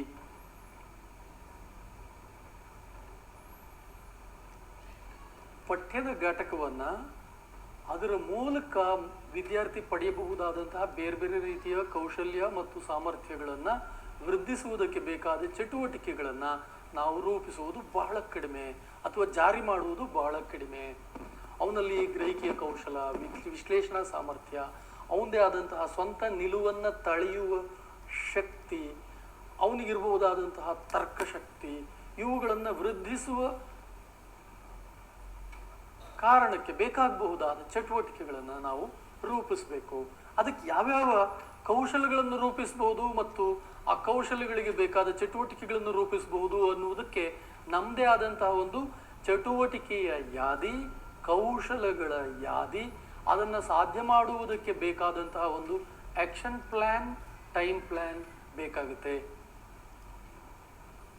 ನಿಮಗೆ ಸುಮ್ಮನೆ ನಾನು ಆಮೇಲೆ ಇವೆಲ್ಲ ಮಾತುಗಳ ಹಿನ್ನೆಲೆಯಲ್ಲಿ ಒಂದು ನಿಮ್ಮ ಇಯರ್ಲಿ ಪ್ಲ್ಯಾನ್ ಇದೆಯಲ್ಲ, ಅದೊಂದು ಮಾಡೆಲ್ ಸುಮ್ಮನೆ ನಾನು ತರಿಸ್ಕೊಂಡಿದ್ದೀನಿ. ಆ ಮಾಡೆಲನ್ನು ನಿಮ್ಗೆ ಆಮೇಲೆ ಡಿಸ್ಪ್ಲೇ ಮಾಡ್ತೀನಿ ಸ್ಕ್ರೀನ್ ಮೇಲೆ, ನೀವು ನೋಡಿ. ಈ ಎಲ್ಲ ವಿಚಾರಗಳು ಆ ಮಾಡೆಲ್ನಲ್ಲಿ ಇದಾವ ಅನ್ನೋದನ್ನು ನೀವು ತಾಳೆ ನೋಡ್ಬೋದು. ಆ ನಂತರದಲ್ಲಿ ಏನೂ ಇಲ್ಲ. Content oriented and particular unit oriented teaching ಅಷ್ಟನ್ನೇ ಕೇಂದ್ರೀಕರಿಸಿದ್ದಾರೆ ಟೀಚರ್ಸ್. ಯಾವ್ಯಾವ ಕೌಶಲ್ಯಗಳನ್ನು, ಯಾವ್ಯಾವ ಸಾಮರ್ಥ್ಯಗಳನ್ನು ಕಲಿಯುವುದಕ್ಕೆ ನಾವು ಅನುವು ಮಾಡಿಕೊಡ್ಬೇಕು, ಪಠ್ಯಪುಸ್ತಕದಲ್ಲಿ ಯಾವ ಕೌಶಲ್ಯಗಳ ಯಾದಿಗಳು ಇರಬೇಕು, ಯಾವ ಚಟುವಟಿಕೆಗಳನ್ನು ನಾವು ರೂಪಿಸಬೇಕು. ಶಿಕ್ಷಕರಿಗೆ ವೈಯಕ್ತಿಕವಾಗಿ ನೀವು ಇದನ್ನೆಲ್ಲ ಮಾಡಿ ಅಂತ ಹೇರೋದಲ್ಲ. ಎಲ್ಲ ಪ್ರದೇಶಗಳಲ್ಲಿಯೂ ನಾನು ಆವಾಗಲೇ ಹೇಳಿದ ಹಾಗೆ ಅವರಿಗೆ ವೈಯಕ್ತಿಕವಾಗಿ ಪ್ರಯೋಗ ಮಾಡುವುದಕ್ಕೆ ಒಂದು ಸ್ವಾತಂತ್ರ್ಯ ಕೂಡ ಇರಬೇಕು. ಪ್ರಾದೇಶಿಕವಾಗಿ ಅವರನ್ನೇ ರೂಪಿಸ್ಕೊಳ್ಳುವುದಕ್ಕೆ ಬೇಕಾದಂತಹ ಒಂದು ಸಾಮರ್ಥ್ಯವನ್ನು ಶಿಕ್ಷಕರಲ್ಲಿ ಉಂಟು ಮಾಡುವಂತಹ ಮೆಕ್ಯಾನಿಸಮ್ ಕೂಡ ಇರಬೇಕು. ಸ್ವಾತಂತ್ರ್ಯವೂ ಇರಬೇಕು, ಮೆಕ್ಯಾನಿಸಮ್ ಕೂಡ ಇರಬೇಕು. ಆ ಥರದೊಂದು ಅಂಗ ಕೂಡ ಇದು. ಹೌದು, ಇವತ್ತು ನಾವು ಮಾಡ್ತಾ ಇರುವ ಎಕ್ಸಸೈಸ್ ಕೂಡ ಆ ಥರದ್ದು ಶಿಕ್ಷಕರ ಸಾಮರ್ಥ್ಯವನ್ನು ವೃದ್ಧಿ ಮಾಡುವಂತಹ ಒಂದು ಅಂಗ. ಹಾಗಾಗಿ ನಾನು ಈ ಸಂಸ್ಥೆಯನ್ನು ಮತ್ತು ದುರ್ಗಾದಾಸ್ ಅವರನ್ನು ಅಭಿನಂದಿಸ್ತೇನೆ ಆ ದೃಷ್ಟಿಯಿಂದ. ನೋಡಿ, ಇಲ್ಲಿ ಕೆಲವು ನಾನು ಪಟ್ಟಿಗಳನ್ನು ಕೊಟ್ಟಿದ್ದೀನಿ. ಬರಹದ ಕೌಶಲ, ಮಾತಿನ ಕೌಶಲ ಮತ್ತು ಅವೆಲ್ಲವೂ ಸೇರಿದಂತಹ ಮಿಶ್ರ ಕೌಶಲ್ಯಗಳು. ನಾನು ಸುಮ್ಮನೆ ಕೆಲವು ಚಾರ್ಟ್ ಮಾಡಿದ್ದೀನಿ, ಅವುಗಳನ್ನ ನೀವು ಗಮನಿಸಬಹುದು. ನಾನು ಒಂದೊಂದನ್ನು ಪ್ರಸ್ತಾಪ ಮಾಡುವುದಿಲ್ಲ. ನೀವೆಲ್ಲರೂ ತಿಳಿದವರು, ಅನುಭವಸ್ಥರು ಅನ್ನುವ ಕಾರಣಕ್ಕೆ ಸುಮ್ಮನೆ ಡಿಸ್ಪ್ಲೇ ಮಾಡಿ ಮುಂದಕ್ಕೆ ಹೋಗ್ತೀನಿ. ಇದನ್ನು ತಲೆಗೆ ಹಾಕ್ಕೊಳ್ಳಿ, ನಿಧಾನಕ್ಕೆ ಮೇಲ್ಕೆ ಹಾಕಿ ತಲೆಯಿಂದ. ಉತ್ಪಾದಕ ಸಾಮರ್ಥ್ಯ, ಭಾಷೆಯ ಬಳಕೆಯ ಸಂದರ್ಭದಲ್ಲಿ ನವಪದಗಳ ಹೊಸ ರೀತಿಯ ಪ್ರತಿಮೆ, ಸಂಕೇತ, ನುಡಿಗಟ್ಟು, ಪಡೆನುಡಿಗಳ ಬಳಕೆ, ಉತ್ಪಾದನೆ ಮತ್ತು ಬೇರೆ ಬೇರೆ ರೀತಿಯ ಪರಿಣಾಮಕಾರಿ ಅಭಿವ್ಯಕ್ತಿಗೆ ಸಾಧ್ಯವಾಗಬಹುದಾದಂತಹ ಪದಗಳನ್ನು, ವಾಕ್ಯಗಳನ್ನು ಹೇಳುವ ವಿಧಾನವನ್ನು, ಪ್ರೆಸೆಂಟೇಷನ್ ಮೆಥಡನ್ನು ಬೇರೆ ರೀತಿಯಲ್ಲಿ ಓರಲ್ ಆಗಿ ಬರವಣಿಗೆ ಎರಡೂ ಬಗೆಗಳಲ್ಲಿ ಅವರು ವೃದ್ಧಿಸ್ಕೊಳ್ಳೋದಕ್ಕೆ ಸಾಧ್ಯ ಆಗುವಂತಹ ಚಟುವಟಿಕೆಗಳನ್ನು ನಾವು ಹೀಗೆ ನೋಡಿಕೊಂಡು ರೂಪಿಸ್ಕೊಳ್ಬೇಕಾಗುತ್ತೆ. ಇವುಗಳಿಗೆ ಬೇಕಾದಂತಹ ಚಟುವಟಿಕೆಗಳನ್ನು ಪಠ್ಯದಲ್ಲಿ ರೂಪಿಸ್ಕೊಳ್ಬೇಕಾಗುತ್ತೆ. ಪಠ್ಯದಲ್ಲಿ ಇಲ್ಲದೆ ಇದ್ದರೆ ನಮ್ಮ ಇಯರ್ಲಿ ಪ್ಲ್ಯಾನ್ನಲ್ಲಿ ನಾವು ಹಾಕ್ಕೋಬೇಕಾಗತ್ತೆ. ನಿಮ್ಮ ಇಯರ್ಲಿ ಪ್ಲ್ಯಾನ್, ವಾರ್ಷಿಕ ಯಾಂತ್ರಿಕ ಯೋಜನೆ ಏನಿದೆಯಲ್ಲ, ಆ ಯಾಂತ್ರಿಕ ಯೋಜನೆಯನ್ನು ನೀವು ಮನಸ್ಸಿನಲ್ಲಿ ಹಿಂಗೆ ತಕ್ಕೊಳ್ಳಿ, ಇವಿದಾವ ಅಂತ ಕ್ರಾಸ್ ಚೆಕ್ ಮಾಡ್ಕೊಳ್ಳಿ. ಕುತೂಹಲ ಪ್ರವೃತ್ತಿಯನ್ನು ವೃದ್ಧಿಸುವುದಕ್ಕೆ, ಉಪಮೇಯ ರೂಪಕ ಪ್ರತಿಮೆಗಳ ಗ್ರಹಿಕೆಯನ್ನು ವೃದ್ಧಿಸುವುದಕ್ಕೆ, ಮಕ್ಕಳ ಸಾಹಿತ್ಯ ರಚನಾ ಸಾಮರ್ಥ್ಯವನ್ನು ವೃದ್ಧಿಸುವುದಕ್ಕೆ, ಬೇರೆ ಬೇರೆ ರೀತಿಯ ಪ್ರಸಂಗಗಳನ್ನು, ಕಥನಗಳನ್ನು, ಘಟನೆಗಳನ್ನು, ವ್ಯಕ್ತಿತ್ವಗಳನ್ನು, ವರ್ತನೆಗಳನ್ನು ತಮ್ಮದೇ ಆದಂತಹ ವೈಯಕ್ತಿಕ ನಿಲುವಿನ ಮೂಲಕ ವ್ಯಾಖ್ಯಾನಿಸುವುದಕ್ಕೆ, ವಿಶ್ಲೇಷಿಸುವುದಕ್ಕೆ ಬೇಕಾದಂತಹ ಸಾಮರ್ಥ್ಯ, ಅದನ್ನು ವೃದ್ಧಿಸುವುದಕ್ಕೆ ನಿಮ್ಮ ಇಯರ್ಲಿ ಆಕ್ಷನ್ ಪ್ಲಾನಲ್ಲಿ ಏನಿದೆ, ಕಾರ್ಯಸೂಚಿ ಇಲ್ಲದೆ ಇದ್ರೆ ಏನಿರಬೇಕು ಅನ್ನುವುದನ್ನು ಚಿಂತಿಸಿ.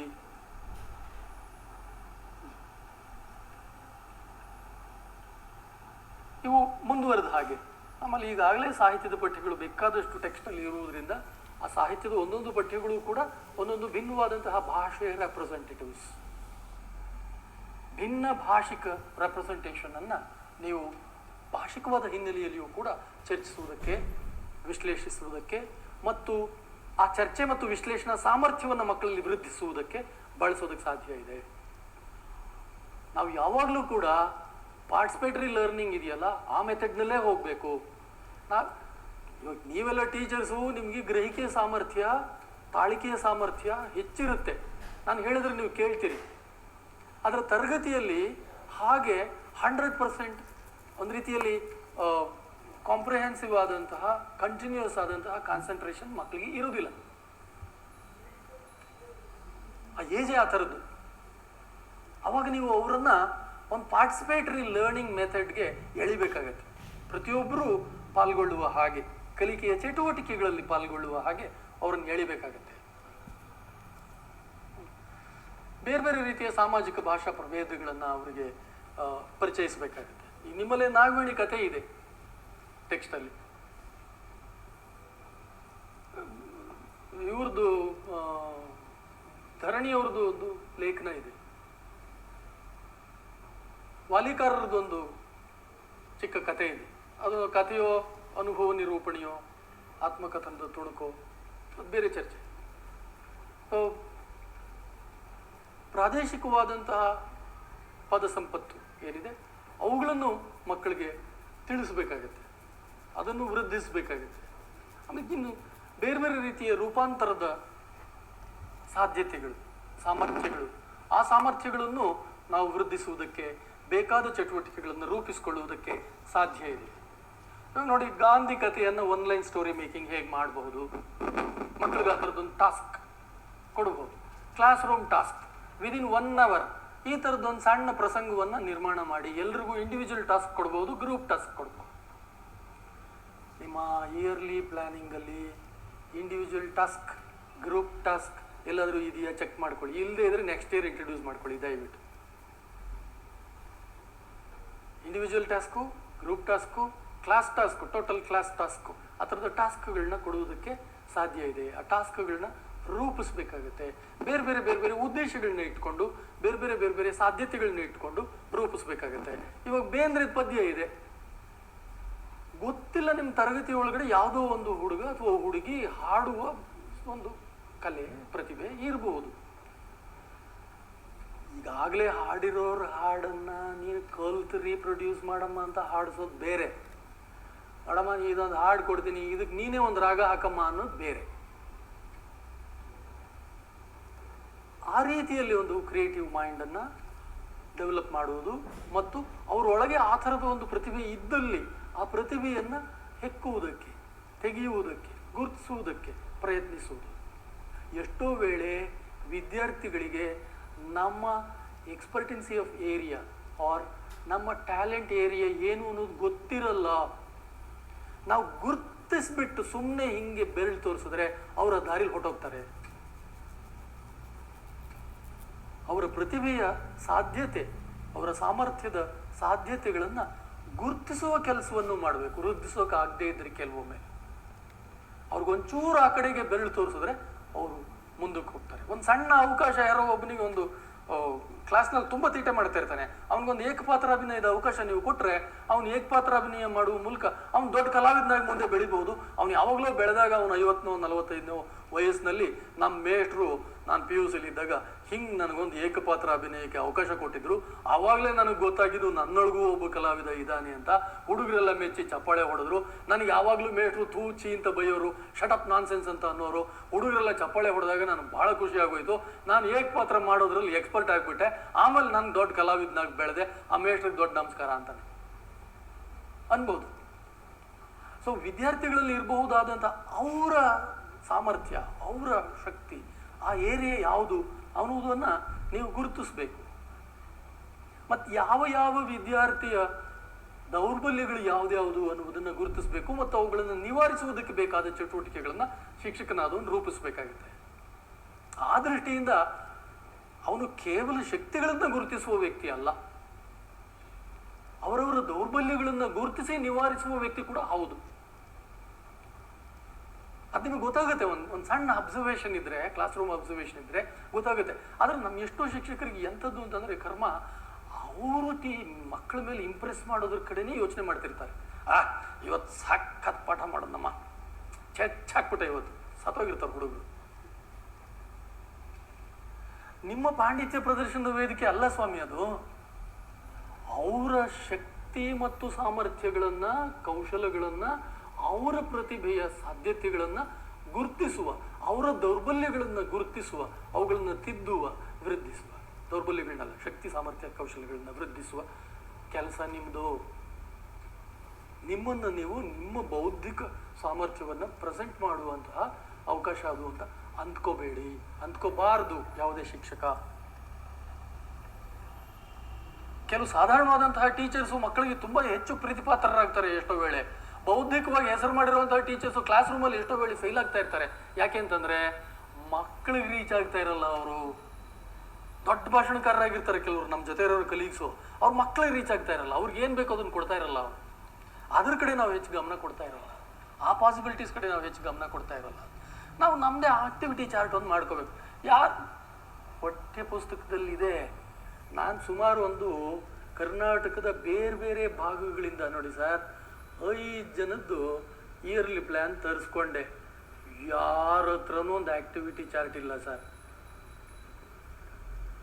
ಟೆಕ್ಸ್ಟಲ್ಲಿದ್ದರೂ ನಿಮ್ಮ ಪ್ಲ್ಯಾನಲ್ಲಿ ಇಲ್ವಲ್ಲ ಸರ್. ಏನಿದು ಟೆಕ್ಸ್ಟಲ್ಲಿ ಇಲ್ದಿದ್ದು ನಿಮ್ಮ ಪ್ಲ್ಯಾನಲ್ಲಿ ಇಲ್ದಿದ್ರೆ ಪಾಪ ಏನೋ ಇಲ್ಲ ಬಿಡಿ ಅನ್ನೋಣ. ಟೆಕ್ಸ್ಟಲ್ಲಿದೆ ಆದರೆ ನಿಮ್ಮ ಪ್ಲ್ಯಾನಲ್ಲಿ ಇಲ್ವೇ? ಹಾಗಾಗಬಾರ್ದು. ಕೆಲವು ಸುಮ್ಮನೆ ನೀವು ಆಕ್ಟಿವಿಟಿ ಮಾಡಬೇಕು ಅಂತ ಹೇಳ್ತೀರಾ ಸರ್. ಏನು ಸರ್ ನೀವು ಹಂಗಾರೆ ಏನೇನು ಆಕ್ಟಿವಿಟೀಸ್ ಮಾಡ್ಬೋದು ಹೇಳಿ ಸರ್ ಅಂತ ನೀವೇನಾದ್ರು ಕೇಳಿದ್ರೆ ನೋಡಿ, ಅಲ್ಲೊಂದು ಸುಮ್ಮನೆ ಒಂದು ಕೆಲವು ಪಾಸಿಬಿಲಿಟೀಸ್ ಇದೆ. ಈ ಥರದ ಕೆಲವು ಪಾಸಿಬಿಲಿಟೀಸನ್ನು ನೀವು ಪ್ರಯೋಗಿಸುವುದಕ್ಕೆ ಸಾಧ್ಯ ಇದೆ. ಎಲ್ಲವೂ ಸಾಧ್ಯವಾ? ಎಲ್ಲವೂ ಸಾಧ್ಯ ಆಗದೇ ಇರಬಹುದು. ಕೆಲವು ಸಾಧ್ಯ ಆಗಬಹುದು. ಕೆಲವನ್ನಾದರೂ ಪ್ರಯೋಗಿಸಿ. ನಿಮಗೆ ಸಿಗುವ ಒಟ್ಟು ಬೋಧನಾ ಅವಧಿ ಎಷ್ಟು, ನಿಮಗಿರುವ ಪಠ್ಯ ನಿರ್ವಹಿಸಬೇಕಾದಂತಹ ಆ ಪಠ್ಯದ ಗಾತ್ರ ಎಷ್ಟು, ಮತ್ತು ವಿದ್ಯಾರ್ಥಿಗಳಿಗೆ ಇರಬಹುದಾದಂತಹ, ನೀವು ಡೀಲ್ ಮಾಡ್ತಾ ಇರುವಂತಹ, ನೀವು ನಿರ್ವಹಿಸ್ತಾ ಇರುವಂತಹ ವಿದ್ಯಾರ್ಥಿ ಸಮುದಾಯಕ್ಕೆ ಇರಬಹುದಾದಂತಹ ಕಲಿಕಾ ಸಾಮರ್ಥ್ಯ, ಗ್ರಹಿಕಾ ಸಾಮರ್ಥ್ಯ ಎಷ್ಟು, ಅದನ್ನೆಲ್ಲ ನೋಡಿಕೊಂಡು ನೀವು ಚಟುವಟಿಕೆಗಳನ್ನು ಎಷ್ಟನ್ನು ಯಾವನ್ನು ರೂಪಿಸಬಹುದು ಅನ್ನೋದನ್ನು ನೀವೇ ನಿರ್ಧರಿಸಬೇಕು. ನಾನು ಕೆಲವು ಪಾಸಿಬಿಲಿಟೀಸ್ ಮಾತ್ರ ಅಲ್ಲಿ ಸ್ಕ್ರೀನ್ ಮೇಲೆ ಡಿಸ್ಪ್ಲೇ ಮಾಡಿದ್ದೀನಿ. ಇವೆಲ್ಲವೂ ಮಿಮಿಕ್ರಿ ಮಾಡೋಕೆ ಹೇಳಿದ್ರೆ, ದಂಶರಸ್ ಮಾಡೋಕೆ ಹೇಳಿದ್ರೆ, ಅಥವಾ ಒಂದು ಗಾದೆ ಹೇಳಪ್ಪ ಅಂದರೆ, ಒಂದು ವಾಗಿಟೆ ಹೇಳಪ್ಪ ಅಂದರೆ, ನಾನು ಅನೇಕವನ್ನು ಬರೆದಿದ್ದೀನಿ. ಅದರಲ್ಲಿ ಕೆಲವೊಂದು ಮಾತ್ರ ಸುಮ್ಮನೆ ನಿಮಗೆ ಉಲ್ಲೇಖಿಸಿದೆ. ಅವರಲ್ಲಿಯೇ ಇರಬಹುದಾದಂತಹ ಕೆಲವು ಟ್ಯಾಲೆಂಟ್ಸ್. ಇನ್ನು ಕೆಲವು ಟರ್ನ್ ಯುವರ್ ಕೋಟ್ ಅಂತ ಅನ್ನೋದು ಒಂದು ದೊಡ್ಡ ಕಾಂಪಿಟೇಟಿವ್ ಎಕ್ಸಸೈಸ್. ಅದು ನಾವು ಚರ್ಚಾ ಸ್ಪರ್ಧೆ ಮಾಡುವಾಗ ಪರವಾಗಿ ಮಾತಾಡಿ, ಇಲ್ಲಾಂದ್ರೆ ವಿರೋಧವಾಗಿ ಮಾತಾಡಿ ಅಂತ ಹೇಳ್ತೀವಿ. ಒಬ್ಬ ವಿದ್ಯಾರ್ಥಿನಿ ಎಬ್ಬಿಸ್ಬಿಟ್ಟು 2 ನಿಮಿಷ ಪರವಾಗಿ ಮಾತಾಡ್ತಾ ಇರ್ತಾನೆ ಅವನು. ಸ್ಟಾಪ್, ವಿರೋಧವಾಗಿ ಮಾತಾಡು, ಜಸ್ಟ್ ಟರ್ನ್ ಯುವರ್ ಕೋಟ್. ಅವ್ನು ಪರವಾಗಿ ಮಾತಾಡಿದ ಕೂಡಲೇ ವಿರೋಧವಾಗಿ ಮಾತಾಡೋದು. ಸ್ಟಾಪ್, ಪರವಾಗಿ ಮಾತಾಡು. ವಿರೋಧವಾಗಿ ಮಾತಾಡ್ತಾ ಇದ್ದವನು ಚಕ್ ಅಂತ ಪರವಾಗಿ ಮಾತಾಡಬೇಕು. ತಂತ್ರಜ್ಞಾನ ಎಲ್ಲರಿಗೂ ಕೂಡ ಅನುಕೂಲವನ್ನು ತಂದು ಕೊಡುತ್ತದೆ ಅನ್ನೋದೊಂದು ಟಾಪಿಕ್. ಅವನು ಪರವಾಗಿ ಮಾತಾಡ್ತಾ ಇದ್ದಾನೆ. ಅದರ ಅನಾನುಕೂಲಗಳು ಹೇಳ, ಅನಾನುಕೂಲಗಳನ್ನು ಹೇಳಬೇಕು. ಅಂದರೆ ಒಂದೇ ಒಂದು ಸಂಗತಿಗೆ ಇರಬಹುದಾದಂತಹ ಹಲವು ಮುಖಗಳನ್ನು ಏಕಕಾಲಕ್ಕೆ ಗ್ರಹಿಸಿ ವಿಶ್ಲೇಷಿಸುವ ಸಾಮರ್ಥ್ಯವನ್ನು ವ್ಯಕ್ತಿಯ ಒಳಗಡೆ ಸೃಷ್ಟಿಸುವ, ವೃದ್ಧಿಸುವ ಒಂದು ಚಟುವಟಿಕೆ ಇದು. ಸೊ ಆ ಥರದ ನೀವು ಏನು ಮಾಡಬೇಕಾಗಿದೆ ಅನ್ನುವ ವಿಷನ್ ಇದ್ದರೆ ಹೇಗೆ ಮಾಡಬೇಕು ಅನ್ನೋದಕ್ಕೆ ಚಲಿಸೋದಕ್ಕೆ ಈಸಿ ಆಗುತ್ತೆ. ಆ ಥರದ್ದೊಂದು ಭಾಳ ಒಳ್ಳೆಯ ಎಕ್ಸಸೈಸ್ ಅದು. ನೋಡಿ, ಕೆಲವು ಟೀಚರ್ಸ್ಗಳು ಗೊತ್ತುಂಟು, ಇದೆಲ್ಲ ಹೇಳ್ತೀರ ಸ್ವಾಮಿ, ಸಿಲೆಬಸ್ ಯಾವಾಗ ಕವರ್ ಮಾಡೋಣ, ನಮ್ಗೆ ಟೈಮ್ ಹೇಳಿ, ಸಿಲೆಬಸ್ ಮುಗಿಸಿದಿರಾ ಇಲ್ವಾ ಅಂತಾರೆ. ಕೊನೆಯಲ್ಲಿ ಚರ್ಚೆ ಕೊನೆಯಲ್ಲಿ ಮಾಡೋಣ ಸರ್, ಗುರ್ತು ಹಾಕ್ಕೊಳ್ಳಿ, ನಿಮ್ದು ಯಾರು ಡೌಟ್ ಇದ್ರೆ ಗುರ್ತು ಹಾಕ್ಕೊಳ್ಳಿ, ಯಾವಾಗ ಕವರ್ ಮಾಡೋಣ ಸ್ವಾಮಿ. ನಿಮ್ಗೆ ಅದಕ್ಕೆ ವಾರ್ಷಿಕ ಯೋಜನೆ ತಯಾರು ಮಾಡ್ಕೊಳ್ಳಿ ಅಂತ ಹೇಳಿರೋದು. ನಿಮಗೆ ಸಿಗುವ ಅವಧಿ ಎಷ್ಟು, ಇರೋ ಪಾಠ ಎಷ್ಟು, ನೀವು ಹೇಗೆ ಪಾಠ ಮಾಡಬೇಕು, ಏನು ಪಾಠ ಮಾಡಬೇಕು, ಎಷ್ಟು ಪಾಠ ಮಾಡಬೇಕು, ಯಾವ್ಯಾವ ಚಟುವಟಿಕೆಗಳನ್ನು ಮಾಡಬೇಕು, ಯಾಕೆ ಮಾಡಬೇಕು, ಆ ಪ್ಲ್ಯಾನ್ ಮಾಡಿಕೊಂಡ್ರೆ, ಕ್ಲಿಯರ್ ಪ್ಲ್ಯಾನ್ ಮಾಡಿಕೊಂಡ್ರೆ ಎಕ್ಸಿಕ್ಯೂಟ್ ಮಾಡೋದು, ಅವರ್ ವೈಸ್ ಎಕ್ಸಿಕ್ಯೂಟ್ ಮಾಡೋದು ಈಸಿ ಆಗುತ್ತೆ, ಸುಲಭ ಆಗುತ್ತೆ. ನೀವು 1 ವರ್ಷ ಕಷ್ಟಗಳನ್ನು ಅನುಭವಿಸಿದ್ರೆ 2ನೇ ವರ್ಷದಲ್ಲಿ ಇಂಪ್ರೂವ್ ಮಾಡ್ಕೋಬಹುದು, 3ನೇ ವರ್ಷದಲ್ಲಿ ಇನ್ನೊಂದಿಷ್ಟು ಇಂಪ್ರೂವ್ ಮಾಡ್ಕೋಬಹುದು. ನಿಮ್ಮ ಸೀನಿಯರ್ಸನ್ನು ಸಲಹೆ ಕೇಳಿದ್ರೆ ಅವ್ರು ಇನ್ನೊಂದಷ್ಟು ಸಲಹೆಗಳನ್ನು ಕೊಡ್ಬೋದು. ಕೆಲವರು ದಾರಿ ತಪ್ಪಿಸ್ಬೋದು, ಅದು ಗಮನಕ್ಕೆ ಬಂದರೆ ಅವ್ರನ್ನ ಬಿಟ್ಬಿಡಿ, ಅಷ್ಟೇ ಸಿಂಪಲ್. ನೆಕ್ಸ್ಟ್, ನಾನು ಅವಾಗ್ಲಿಂದನೂ ಕಲಿಯೋದಕ್ಕೆ ಅನುವು ಮಾಡಿಕೊಡೋದು ಅನ್ನೋ ಮಾತುಗಳನ್ನು ಬಳಸ್ತಾ ಇದ್ದೆ. ನಾನು ಬೇಕಂತಾನೆ ಬೋಧನೆ ಅನ್ನುವ ಶಬ್ದವನ್ನು ಹೆಚ್ಚು ಬಳಸ್ತಾ ಇರಲಿಲ್ಲ. ಯಾಕೆ ಅಂತಂದರೆ ಶಿಕ್ಷಕರಾದವರು ತರಗತಿಯಲ್ಲಿ ಅವರು facilitator, he is not a professor, he is not a lecturer, he is not a teacher, ಅದೆಲ್ಲ ದಾಟಿ ಆತ ಒಬ್ಬ ಫೆಸಿಲಿಟೇಟರ್, ಆತ ಒಬ್ಬ ಕಲಿಯುವುದಕ್ಕೆ ಅನುವು ಮಾಡಿಕೊಡುವ ವ್ಯಕ್ತಿ. ಒಂದೇ ಶಬ್ದದಲ್ಲಿ ಹೇಳೋದಾದರೆ ಅನುವಿಗ. ಆ್ಯಂಡ್ ಈಸ್ ಎ ಕೋಲರ್ನರ್, ಸಹಕಲಿಕಾರ್ಥಿ. ಎಷ್ಟೋ ವಿಚಾರಗಳನ್ನು ನಮ್ಮ ಅನುಭವದ ಯಾನದಲ್ಲಿ ನಾವು ಕಲಿತೀವಿ, ನಾವೇ ಕಲಿತೀವಿ. ಅನೇಕ ರೀತಿಯ ಸೈಕಾಲಜೀಸನ್ನು ಎದುರಾಗ್ತೀವಿ, ಹಲವು ಅನುಭವಗಳು ನಮಗೆ ಉಂಟಾಗ್ತವೆ. ವಿದ್ಯಾರ್ಥಿಗಳ ಜೊತೆಗಿನ ಒಡನಾಟದಿಂದ ಶಿಕ್ಷಕರು ಕೂಡ ಹಲವು 10 ಅನುಭವಗಳನ್ನು ಪಡಿತಾರೆ. He will become rich. ಆತ ಕೂಡ ಒಬ್ಬ ಕೋಲರ್ನರ್, ಈಸ್ ನಾಟ್ ಎ ಲರ್ನೆಡ್. ನಿರಂತರವಾಗಿ ಕಲಿಯುವ ಒಬ್ಬ ಕಲಿಕಾರ್ಥಿ ಶಿಕ್ಷಕ. ಹಾಗೆ ತಿಳಿದಾಗ ನಮಗೆ ಇಲ್ಲದೇ ಇರುವ ಕೆಲವು ಕೌಶಲ್ಯಗಳನ್ನು, ನಮ್ಮಲ್ಲಿ ಇಲ್ಲದೇ ಇರುವ ಕೆಲವು ಸಾಮರ್ಥ್ಯಗಳನ್ನು ನಾವು ಮತ್ತೆ ಮತ್ತೆ ಪಡೆಯುವುದಕ್ಕೆ ಪ್ರಯತ್ನಿಸಬೇಕು.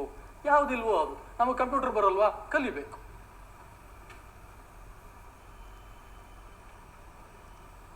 ಇನ್ಯಾವುದೋ ಒಂದು ಬರಲ್ವಾ, ಕಲಿಬೇಕು. ಮಕ್ಕಳಿಗೆ ಬೇಕಾದದ್ದು ಕಲಿಬೇಕು, ತಿಳಿಬೇಕು. ಪ್ರಾಪ್ಸ್ ಇಲ್ವಾ, ತಗೋಬೇಕು. ಅನೇಕರು ಪ್ರಾಪ್ಸನ್ನು ಯೂಸ್ ಮಾಡೋದನ್ನು ಹೈಸ್ಕೂಲಿಗೆ ನಿಲ್ಲಿಸ್ಬಿಡ್ತಾರೆ. ಪ್ರಾಪರ್ಟೀಸನ್ನು ಕಲಿಸುವಾಗ ಅಥವಾ ಕಲಿಕೆಗೆ ಅನುವು ಮಾಡಿಕೊಡುವಾಗ ಪ್ರಾಪರ್ಟೀಸನ್ನು ಯೂಸ್ ಮಾಡೋದಿಲ್ಲ. PUC ನಲ್ಲಿ ಮಾಡಬೇಕು. ಮಾಡಿದಷ್ಟು ಹೆಚ್ಚು ಅನುಕೂಲ ಆಗುತ್ತೆ. ಇವುಗಳನ್ನೆಲ್ಲ ನಾನೇನು ಹೆಚ್ಚು ಎಕ್ಸ್ಪ್ಲೈನ್ ಮಾಡೋದಿಲ್ಲ, ನಾನು ಹಾಗೆ ಮುಂದಕ್ಕೆ ಹೋಗ್ತೀನಿ. ಇದನ್ನು ಕೂಡ ನಾವು ಚರ್ಚೆ ಮಾಡಿದ್ದೀವಿ. ಅದೊಂದು ಅಂಶ ಮಾತ್ರ ನಾವು ಯಾವಾಗಲೂ ಮಾರಲ್ ಡಿಡಕ್ಷನ್ಗೆ ಟೆಕ್ಸ್ಟನ್ನು ಗುರಿ ಮಾಡ್ತಾ ಇರ್ತೀವಿ. ಮಾರಲ್ ಡಿಡಕ್ಷನ್ಗೆ ಟೆಕ್ಸ್ಟನ್ನು ಗುರಿ ಮಾಡಿ ಅಲ್ಲಿಗೆ ನಿಲ್ಲಿಸಬಾರ್ದು. ಮಕ್ಕಳೇ, ಈ ಪದ್ಯದ ನೀತಿ ಏನು, ಮಕ್ಕಳೇ ಈ ಕಥೆಯ ನೀತಿ ಏನು, ಮಕ್ಕಳೇ ಈ ಜೀವನ ಘಟಕದ, ಈ ಒಂದು ಜೀವನ ಚಿತ್ರದ ನೀತಿ ಏನು, ಈ ನಾಟಕದ ನೀತಿ ಏನು, ಈ ಥರ ಹೇಳಿ ಒಂದೇ ಇಷ್ಟೇ ಅನ್ನೋ ಥರ ಒಂದೇ ಮಾತು ಇಷ್ಟೇ, ಸುಳ್ಳು ಹೇಳಿ ಪಡೆದುಕೊಂಡ್ರ, ಫಿನಿಶ್, ಅಷ್ಟೇ ನೀತಿ, ಮುಂದಾಯ್ತು, ಮುಂದಕ್ಕೆ ಇನ್ನೇನು ಇಲ್ಲ ಕಂಡ್ರ ಇದರಲ್ಲಿ. ಹೀಗೆ ಮಾಡಬಾರ್ದು. ಒಂದು ಪಠ್ಯ ಘಟಕವನ್ನು ನೀವು ನಿಕಟ ಓದಿಗೆ ಗುರಿ ಮಾಡಿದರೆ 10 ಹಲವು ಅರ್ಥ ಸಾಧ್ಯತೆಗಳಿಗೆ ನೀವು ಚಲಿಸುವುದಕ್ಕೆ ಸಾಧ್ಯ ಇದೆ. ನಾವು ಅರ್ಥಕೇಂದ್ರಿತವಾಗಿ ಮಾತಾಡ್ತಾನೆ ಅರ್ಥ ಸಾಧ್ಯತೆಗಳ ಕಡೆಗೆ ಚಲಿಸುವುದಕ್ಕೆ ಸಾಧ್ಯ ಇದೆ. ಹಲವು ರೀತಿಯ ಆಶಯ ಮತ್ತು ತಾತ್ವಿಕತೆಗಳ ಕಡೆಗೆ ಚಲಿಸುವುದಕ್ಕೆ ಸಾಧ್ಯ ಇದೆ. ಮತ್ತು ಆ ಆಶಯ, ತಾತ್ವಿಕತೆಯ ಮೌಲ್ಯ ಪ್ರಜ್ಞೆಗಳನ್ನು ಸ್ಪ್ರಿಂಗ್ ಬೋರ್ಡ್ ಆಗಿ ಬಳಸಿಕೊಂಡು ಲೋಕಗ್ರಹಿಕೆಯನ್ನು ಮಕ್ಕಳಲ್ಲಿ ಉಂಟು ಮಾಡುವ ಕಡೆಗೆ ನಾವು ಪ್ರಯತ್ನಿಸುವುದಕ್ಕೆ ಸಾಧ್ಯ ಇದೆ. ಮಕ್ಕಳಲ್ಲಿ ಒಂದು ಮೌಲ್ಯ ಪ್ರಜ್ಞೆಯನ್ನು ಉಂಟು ಮಾಡುವ ಕಡೆಗೆ ನಾವು ಚಲಿಸೋದಕ್ಕೆ ಸಾಧ್ಯ ಇದೆ. ಯಾವಾಗಲೂ ಅದೊಂದು ಸ್ಪ್ರಿಂಗ್ ಬೋರ್ಡ್. ಟೆಕ್ಸ್ಟ್ ಅಂತ ಅನ್ನುವುದು ಒಂದು ಸ್ಪ್ರಿಂಗ್ ಬೋರ್ಡ್ ನಮಗೆ. ಅದರ ಮೂಲಕ ನಾವು ಲೋಕದ ಗ್ರಹಿಕೆಗೆ ವರ್ತಮಾನದ ಬೇರೆ ಬೇರೆ ತಿಳುವಳಿಕೆಗಳನ್ನು, ಸಮಾಜದ ಬೇರೆ ಮುಖಗಳನ್ನು, ಕರೆಂಟ್ ಅಫೇರ್ಸ್ನ ಬೇರೆ ಬೇರೆ ಬೇರೆ ಬೇರೆ ಮುಖಗಳನ್ನು ತಿಳಿಯುವುದಕ್ಕೆ ಅದೊಂದು ಸ್ಪ್ರಿಂಗ್ ಬೋರ್ಡ್, ಅದೊಂದು ಸಾಧ್ಯತೆ. ನಾವು ಅವುಗಳನ್ನೇ ಮಾಡ್ತಾ ಇರಬೇಕಾಗುತ್ತೆ. ಎಷ್ಟೋ ವೇಳೆ ನಾವು ಚರಿತ್ರೆಯ ಆಕರ ಸಾಮಗ್ರಿಯಾಗಿ ಪಠ್ಯವನ್ನು ನೋಡ್ತಾ ಇರ್ತೀವಿ. ಅಷ್ಟು ಸಾಲದು, ಅದಷ್ಟೇ ಸಾಲದು. ವರ್ತಮಾನಕ್ಕೆ ನಾವು ಜಿಗಿತವನ್ನು ಪಠ್ಯದ ಮೂಲಕ ಪಡಿಬೇಕು. ಹಾಗೆ ಪಡಿದೇ ಹೋದರೆ ಆ ಓದೇ ಅಲ್ಲ, ಅದು ತುಂಬ ಬರಡಾದಂತಹ ಒಂದು ಎಕ್ಸಸೈಸ್. ಈ ಪ್ರಶ್ನೆ ನಾವು ಬಹಳಷ್ಟು ಸಾರಿ ಕೇಳ್ಕೊಂಡಿಲ್ಲ. ಸುಮ್ಮನೆ ಆ ಪ್ರಶ್ನೆ ಇಟ್ಟು ನಾನು ಮುಂದಕ್ಕೆ ಹೋಗ್ತೀನಿ. ಎಷ್ಟೋ ವೇಳೆ ಡಿಫ್ರೆನ್ಸ್ ಇರೋದಿಲ್ಲ ನಮಗೆ. ಅಂದರೆ ಭಾಷೆಯ ಪಠ್ಯದಲ್ಲಿಯೂ ಐಚ್ಛಿಕದ ಪಠ್ಯದಲ್ಲಿಯೂ ನಾವು ಕಲಿಕೆಯ ವಿಧಾನ ಮತ್ತು ಕಲಿಸುವ ಸಂಗತಿ ಈ ಎರಡರ ನಡುವೆ ಬಹಳ ದೊಡ್ಡ ಡಿಫ್ರೆನ್ಸನ್ನು ಏನಾದರೂ ಇಟ್ಕೊಂಡಿದ್ದೀವ ಅಂದರೆ ಇಟ್ಕೊಂಡಿಲ್ಲ. ಅಲ್ಲಿ ಸಾಹಿತ್ಯವೇ, ಭಾಷೆಯ ಹೆಸರಿನಲ್ಲೂ ಸಾಹಿತ್ಯದ ಯಜಮಾನಿಕೆಯೇ, ಅಲ್ಲೂ ಸಾಹಿತ್ಯದ ಕಲಿಕೆಯೇ, ಇಲ್ಲೂ ಸಾಹಿತ್ಯದ ಕಲಿಕೆಯೇ. ಹಾಗೆ ನೋಡಿದ್ರೆ ನಾವು ಕನ್ನಡ ಅಂತ ಹೇಳಬಾರ್ದು, ಕನ್ನಡ ಲ್ಯಾಂಗ್ವೇಜ್ ಅಂತ ಹೇಳಬಾರ್ದು, ಕನ್ನಡ ಲಿಟ್ರೇಚರ್ ಆ್ಯಂಡ್ ಕಲ್ಚರ್ ಅಂತ ಇಟ್ಬಿಡ್ಬೇಕು ಅದಕ್ಕೆ ಹೆಸರು. ಅವಾಗ ಅದು ಆ್ಯಪ್ಟ್ ಆದದ್ದು, ಸರಿಯಾದದ್ದು. ಈಗ ನಾವು ಕಲಿಸ್ತಾ ಇರೋದು ಕನ್ನಡ ಲಿಟ್ರೇಚರ್ ಆ್ಯಂಡ್ ಕಲ್ಚರ್. ಅದರಲ್ಲೂ ಕೆಲವು samples of Kannada literary history, ಲೋಕದ ಬಳಕೆಗಳನ್ನು ಒಳಗೊಳ್ತಾ ಇಲ್ಲ. ನಾನು ಅದನ್ನು ಆಗಲೇ ಹೇಳಿದ್ದೀನಿ. ಇದು ಕೂಡ ನಮ್ಮಲ್ಲಿ ಹೆಚ್ಚು ಚರ್ಚೆ ಆಗಿಲ್ಲ, ಇರಲಿ ಬಿಡಿ. ಲೋಕದಲ್ಲಿ ಸಾಹಿತ್ಯದ ಅನುಸಂಧಾನದ 108 ಬಗೆಗಳಿದ್ದಾವೆ. ಸುಮ್ಮನೆ ನಿಮ್ಗೊಂದು ಉದಾಹರಣೆ ಹೇಳ್ತೀನಿ. ಗಮಕ, ಕೇಳಿಕೆ, ಪಾರಾಯಣ, ಹಲವಾರು ಸಾಧ್ಯತೆಗಳು, ಸಾಹಿತ್ಯದ ಅನುಸಂಧಾನದ ಸಾಧ್ಯತೆಗಳು. ಆ ಸಾಧ್ಯತೆಗಳನ್ನ ನಾವು ತರಗತಿಗಳಲ್ಲಿ ದುಡಿಸ್ಕೊಳ್ತೀವಿ ಅಂದರೆ ದುಡಿಸ್ಕೊಳ್ಳೋದಿಲ್ಲ. ಕೆಲವರು ಒಂದು ಸಿನಿಮಾ ಪ್ರದರ್ಶನ ಮಾಡ್ಬೋದು, ಒಂದು ನಾಟಕ ಪ್ರದರ್ಶನ ಮಾಡ್ಬೋದು, ಅಥವಾ ನಾಟಕಕ್ಕೆ ಕೆಲವು ಮಕ್ಕಳನ್ನು ಕರ್ಕೊಂಡು ಹೋಗ್ಬೋದು, ಅಥವಾ ಒಂದು ನಾಟಕ ತಂಡವನ್ನು ಕರೆಸಿ ತಮ್ಮ ಕಾಲೇಜಿನಲ್ಲಿ ಆ ನಾಟಕದ ಪ್ರದರ್ಶನವನ್ನು ಏರ್ಪಾಟ್ ಮಾಡಬಹುದು. ಅದೊಂದು ತಾಳಮದ್ದಳೆಯನ್ನು ಮಾಡಿಸ್ತಾರ, ಕಡಿಮೆ. ಎಲ್ಲ ಮಂಗಳೂರಲ್ಲಿ ಕೆಲವ್ರಿಗೆ ಅದು ಸಾಧ್ಯ ಆಗ್ಬೋದು, ಎಲ್ಲ ಕಡೆಯೂ ಸಾಧ್ಯ ಆಗೋದಿಲ್ಲ. ಗಮಕವನ್ನು ಮಾಡಿಸ್ತಾರ, ಎಲ್ಲೋ ಕೆಲವ್ರಿಗೆ ಸಾಧ್ಯ ಆಗ್ಬಾರ್ದು, ಒಬ್ಬಿಬ್ಬರಿಗೆ, ಎಲ್ರಿಗೂ ಸಾಧ್ಯ ಆಗೋದಿಲ್ಲ. ಎಷ್ಟು ಸಾಧ್ಯವೋ ಅಷ್ಟನ್ನು ಮಾಡಿದ್ರೆ ಒಳ್ಳೆಯದು. ಆ ಥರದ್ದೊಂದು ಸಾಧ್ಯತೆ ಮಕ್ಕಳಿಗೆ ಅರಿವಿಗೆ ಬರುತ್ತೆ, ಗೊತ್ತಾಗುತ್ತೆ. ನಾವು ಕೊಠಡಿ ವಾಸ್ತವಿಗೆ ಬಂಧಿಸ್ಕೋಬೇಕಂತ ಅನ್ನೋದು ಕೂಡ ಮೆಥಡ್ ಆಫ್ ಲರ್ನಿಂಗ್ ಒಳಗಡೆ ಒಂದು ಭಾಳ ಮುಖ್ಯವಾದಂಥ ವಿಚಾರ. ಎಷ್ಟೋ ಮಕ್ಕಳಿಗೆ ಕ್ಲಾಸ್ ರೂಮ್ ಅಂದ್ರೇ ದ್ವೇಷ ಬಂದ್ಬಿಟ್ಟಿರುತ್ತೆ. ಅವಾಗ ಆ ವಾಸ್ತು ಆಚೆಗೆ ಒಂಚೂರು ಹೋಗಬೇಕು. ಒಂದು ಮರದ ಕೆಳಗೋ, ಒಂದು ಗಿಡದ ಕೆಳಗೋ, ಒಂದು ಯಾವುದೋ ಒಂದು ಡ್ಯಾಮ್ ಹತ್ರ ಶೈಕ್ಷಣಿಕ ಪ್ರವಾಸ ಅಂತ ಇರುತ್ತೆ. ಆದರೆ ನಾವೆಲ್ಲ ದುಡ್ಡಿದ್ರೆ ಮಾತ್ರ ಹೋಗೋ ಕಡೆ ಹೋಗ್ತೀವಿ, ದುಡ್ಡಿಲ್ಲದೆ ಹೋಗೋ ಕಡೆ ಹೋಗೋದೇ ಇಲ್ಲ. ಶಿಕ್ಷಕರು ಖರ್ಚೇ ಇಲ್ಲದೆ ತರಗತಿಯ ಕೊಠಡಿಯ ಆಚೆಗೆ ನಾವು ವಿದ್ಯಾರ್ಥಿಗಳ ಜೊತೆಗೆ ಬೇರೆ ಬೇರೆ ಚಟುವಟಿಕೆಗಳನ್ನು ರೂಪಿಸುವುದನ್ನು ಯೋಜಿಸಬೇಕು. ತರಗತಿಯ ವಾಸ್ತುನೇ ಹೇಗಿರುತ್ತೆ ಅಂತಂದರೆ, ಇವರು ಪ್ರೀಚರು, ಅವರೆಲ್ಲ ಲಿಸ್ನರ್ಸ್, ಆ ಥರ ಇರುತ್ತೆ. ಈಕ್ವಲ್ ಪಾರ್ಟಿಸಿಪೇಷನ್ ಅನ್ನೋದು ಸಾಧ್ಯ ಆಗೋದಿಲ್ಲ. ಇದು ಹಾಗೆ ಇದೆ ವಾಸ್ತು. ಇಲ್ಲಿ ನಿಂತವರೆಲ್ಲ ಪ್ರೀಚರ್ಸ್, ಅಲ್ಲಿ ಕೂತವರೆಲ್ಲ ಲಿಸ್ನರ್ಸ್ ಅಂತ. ಬಟ್ ಒಂದೇನೋ ಒಂದು ಚರ್ಚೆ ಸಾಧ್ಯತೆ ಇರೋದ್ರಿಂದ, ಮೈಕ್ಗಳಿರೋದ್ರಿಂದ ವಿ ಆರ್ ಹ್ಯಾಪಿ. ನೀವು ಯಾವಾಗ ಬೇಕಾದ್ರೂ ಸ್ವಲ್ಪ ನಿಲ್ಲಿಸಿ ಸರ್, ನಾನು ಮಾತಾಡಲೇಬೇಕೀಗ, ಸ್ವಲ್ಪ ನಿಲ್ಲಿಸಿ ಸರ್ ಅಂತ ನೀವು ಇದ್ದರೆ ನಾನು ನಿಲ್ಲಿಸಲೇಬೇಕಾಗತ್ತೆ. ಸೊ ನಿಮ್ಮ ಪ್ರತಿಯೊಬ್ಬರ ಎದುರಿಗೂ ಮೈಕ್ ಇರೋದ್ರಿಂದ ನೀವು ಎಲ್ಲರ ಎದುರಿಗೂ ಮಾತಾಡೋದಕ್ಕೆ ಇಲ್ಲಿ ಈ ವ್ಯವಸ್ಥೆ ಒಳಗಡೆ ಸಾಧ್ಯ ಇದೆ. ಅದರ ತರಗತಿನಲ್ಲಿ ಹಾಗಿರೋದಿಲ್ಲ, ಹೊರಗಡೆ ಹಾಗಿರೋದಿಲ್ಲ. ಇರಲಿ, ಮಕ್ಕಳನ್ನ ನಾವು ಸೈಲೆನ್ಸ್ ಅಂತ ಹೇಳಿ ಅವ್ರು ಮಾತಾಡೋಕ್ಕೆ ಅವಕಾಶನೇ ಕೊಡ್ತಾ ಇರಲ್ಲ. ನಮ್ಗೆಲ್ರಿಗೂ ಗೊತ್ತು, ಮಾತಾಡೋದಕ್ಕೆ ಅವಕಾಶ ಕೊಡಬೇಕಾಗಿರೋದು ಬಹಳ ಮುಖ್ಯ. ಮಾತಿನ ಕೌಶಲ ಕೂಡ ಬಹಳ ಮುಖ್ಯ. ಇಲ್ಲದಿದ್ದರೆ ಮಾತಿನ ಕೌಶಲ ವೃದ್ಧಿಯಾಗೋದಿಲ್ಲ. ಸ್ನೇಹಿತರ ಜೊತೆ ಆರಾಮಾಗಿ ಲೀಲಾಜಲವಾಗಿ ಮಾತಾಡುವಂತಹ ಮಕ್ಕಳು ಕ್ಲಾಸ್ ರೂಮಲ್ಲಿ ಎಬ್ಬಿಸಿ ನಿಲ್ಲಿಸಿದ್ರೆ ಉತ್ತರ ಗೊತ್ತಿದ್ರು ಹೇಳೋಕ್ಕಾಗಲ್ಲ. ಯಾಕೆ ಅಂದರೆ ಅವರಿಗೆ ಹೇಳುವುದಕ್ಕೆ ಬೇಕಾದಂತಹ ಮಾತಿನ ಕೌಶಲವನ್ನು ನಾವು ಕಲಿಯೋದಕ್ಕೆ ಬೇಕಾದಂತಹ ವಾತಾವರಣವನ್ನು ಮಾಡೋದಿಲ್ಲ, ಒದಗಿಸೋದಿಲ್ಲ, ಕೊಡೋದಿಲ್ಲ. ಚರ್ಚೆ ಮಾಡಿದ್ದೀವಿ ಈಗಾಗಲೇ. ಇದು ಕೂಡ ಒಂದು ನಾವೆಲ್ಲರೂ ಯೋಚನೆ ಮಾಡಬೇಕಾಗಿರುವಂತಹ ಒಂದು ಸಂಗತಿ. PU ಕಾಲೇಜುಗಳಲ್ಲಿ ರೆಫರೆನ್ಸ್ ವರ್ಕ್ ಹೆಚ್ಚಿನ ಓದು ಅಂತ ನಿಮ್ಮ ಟೆಕ್ಸ್ಟಲ್ಲಿ ಕೊಡ್ತಾರೆ. ಅದು ಏನಕ್ಕೆ ಅಂತಂದರೆ ಶಾಸ್ತ್ರಕ್ಕೆ. ಮೇಷ್ಟ್ರುಗಳೇ ಹೆಚ್ಚಿನ ಓದನ್ನು ಮಾಡ್ತಾರ ಅಂದರೆ ಹೆಚ್ಚಿನ ಓದಬಹುದಾದ ಒಂದು ಸಾಧ್ಯತೆಯನ್ನು ಸೂಚಿಸುವ ಸೂಚನೆ ಟೆಕ್ಸ್ಟಲ್ಲಿ. ನಿಮಗೆ ಗ್ರಂಥಾಲಯದಲ್ಲಿ ಹೆಚ್ಚಿನ ಓದಿನಲ್ಲಿ ಇರುವ ಎಲ್ಲ ಪಠ್ಯಗಳು ಇಲ್ಲದೆ ಹೋದರೆ ಶಿಕ್ಷಕರು ಅವುಗಳನ್ನ ಹುಡ್ಕೊಂಡು ಎಲ್ಲಿಗೆ ಹೋಗೋದು? ಶಿಕ್ಷಕರೇ ಹುಡ್ಕೊಂಡು ಹೋಗೋಕ್ಕಾಗಲ್ಲ ಅಂದರೆ ಮಕ್ಕಳು ಎಲ್ಲಿಗೆ ಹೋಗೋದು? ಮತ್ತು ಅದಕ್ಕೆ ಸಹಸಂಬಂಧಿಯಾದಂತಹ ನಮ್ಮ ಗ್ರಂಥಾಲಯದ ಕಾನ್ಸೆಪ್ಟೇ ಬದಲಾಗಬೇಕಾದಂತಹ ಅಗತ್ಯ ಇದೆ. ನಾವೆಲ್ಲ ಪ್ರಾಪರ್ಟೀಸ್ ಅಂತಂದರೆ ಹಿಸ್ಟ್ರಿ ಪಾಠ ಮಾಡುವಾಗ ಮ್ಯಾಪ್ ಇದ್ರೆ ಸಾಕು ಅಂತ. ಯಾವ ಮ್ಯಾಪು? ಅದೇ ಹಳೆ ಕಾಲದ ಮ್ಯಾಪ್, ಗೋಡೆಗೆ ತಗೊಂಬಂದು ತೂಗಾಕು. ಗೂಗಲ್ ಮ್ಯಾಪ್ ಇದೆ ಸ್ವಾಮಿ, ಈ ಕ್ಷಣದ ಅಪ್ಡೇಷನ್ ಇರುತ್ತೆ ಅಲ್ಲಿ, ಈ ಕ್ಷಣದ ಅಪ್ಡೇಷನ್. ಸೊ ನಮ್ಮಲ್ಲಿ ICT enabled class rooms PU ಕಾಲೇಜುಗಳಲ್ಲಿ ನನಗೆ ತಿಳಿದ ಮಟ್ಟಿಗೆ ಎಲ್ಲೋ ಅಲ್ಲೊಂದೋ ಇಲ್ಲೊಂದೋ 5 ಬೆರಳಲ್ಲಿ ಎಣಿಸ್ಬಹುದಾದಷ್ಟು ಇರಬಹುದು. ಎಷ್ಟು ಜನದ ಕಾಲೇಜುಗಳಲ್ಲಿ ICT ಎನೇಬಲ್ಡ್ ಕ್ಲಾಸಸ್ ಇದೆ? ಕೈ ಎತ್ತಿ. ಇಲ್ಲ, ಕೆಲವರು ರೂಮೇ ಇಲ್ಲ, ಗೋಡೆಗಳೇ ಇಲ್ಲ, ಇನ್ನು ICT ಎನೇಬಲ್ಡ್ ಅದನ್ನ ಎಕ್ಸ್ಪೆಕ್ಟ್ ಮಾಡೋಕ್ಕಾಗೋದಿಲ್ಲ.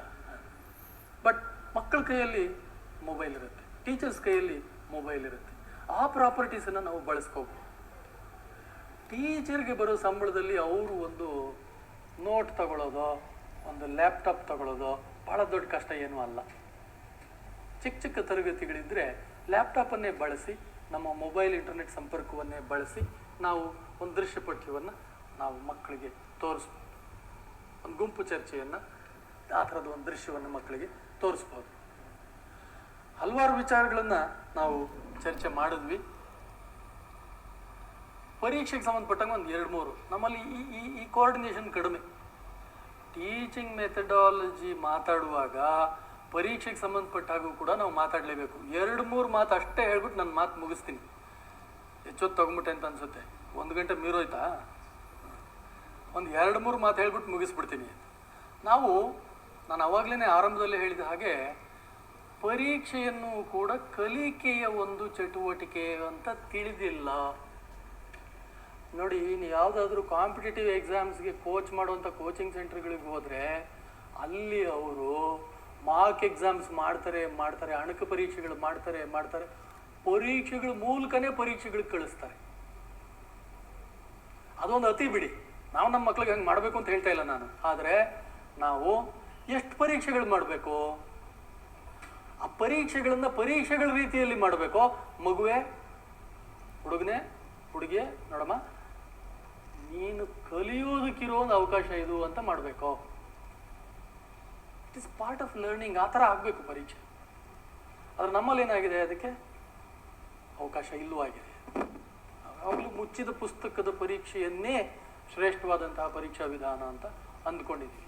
ಬೇರೆ ಪರೀಕ್ಷಾ ವಿಧಾನಗಳನ್ನ ನಾವು ಪ್ರಯೋಗ ಮಾಡಿಲ್ಲ, ಸಂಶೋಧನೆ ಮಾಡಿಲ್ಲ. ಪ್ರಯೋಗ ಮಾಡುವ ಮೂಲಕ ಅವುಗಳನ್ನು ನಾವು ಬೇರೆ ಬೇರೆ ರೀತಿಯಲ್ಲಿ ರೂಪಿಸ್ಕೊಳ್ಳೋದಕ್ಕೆ ಪ್ರಯತ್ನ ಮಾಡಿಲ್ಲ. ಬೇರೆ ಬೇರೆ ರೀತಿಯ ಪರೀಕ್ಷಾ ವಿಧಾನಗಳು ಲೋಕದಲ್ಲಿ ಇದ್ದಾವೆ.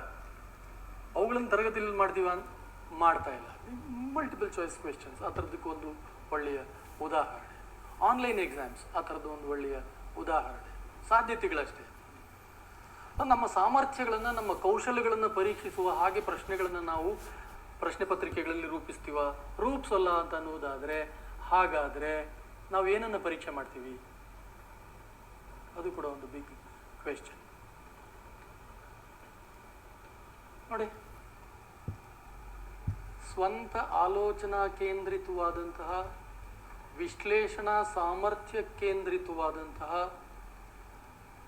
ಅಥವಾ ಇನ್ನಿತರ ಕೌಶಲ ಸಾಮರ್ಥ್ಯ ಕೇಂದ್ರಿತವಾದಂತಹ ಪ್ರಶ್ನೆಗಳನ್ನು ನಾವು ರೂಪಿಸ್ತಾ ಇದ್ದೀವ? ಇಲ್ಲ. ರೂಪಿಸಬೇಕು ಅನ್ನುವುದು ನಮ್ಮ ಅಪೇಕ್ಷೆ. ನಮ್ಮಲ್ಲಿ ಬಹುಪಾಲು ವೇಳೆ ಡಿಗ್ರಿನಲ್ಲಿ ಹೆಚ್ಚು ಅದು ಮೌಲ್ಯಮಾಪನ ಸ್ನೇಹಿಯಾಗಿ ರೂಪುಗೊಳ್ಳುತ್ತೆ. ಕ್ವೆಶ್ಚನ್ ಪೇಪರ್ ಕೌಶಲ ಸ್ನೇಹಿಯಾಗಿ ರೂಪುಗೊಳ್ಳುವುದಿಲ್ಲ. 3 ಗಂಟೆಯ ಚೌಕಟ್ಟಿಗೆ ರೂಪುಗೊಳ್ಳುತ್ತೆ, ವ್ಯಾಲ್ಯೂಯೇಷನ್ ಚೌಕಟ್ಟಿಗೆ ರೂಪುಗೊಳ್ಳುತ್ತೆ. ಈಸಿಯಾಗಿ ಆರಾಮವಾಗಿ ವ್ಯಾಲ್ಯೂಯೇಷನ್ ಆಗಬೇಕು. ಅದಕ್ಕೆ ತಕ್ಕಂಗೆ ಕ್ವೆಶ್ಚನ್ಸು ರೂಪುಗೊಳ್ಬೇಕು.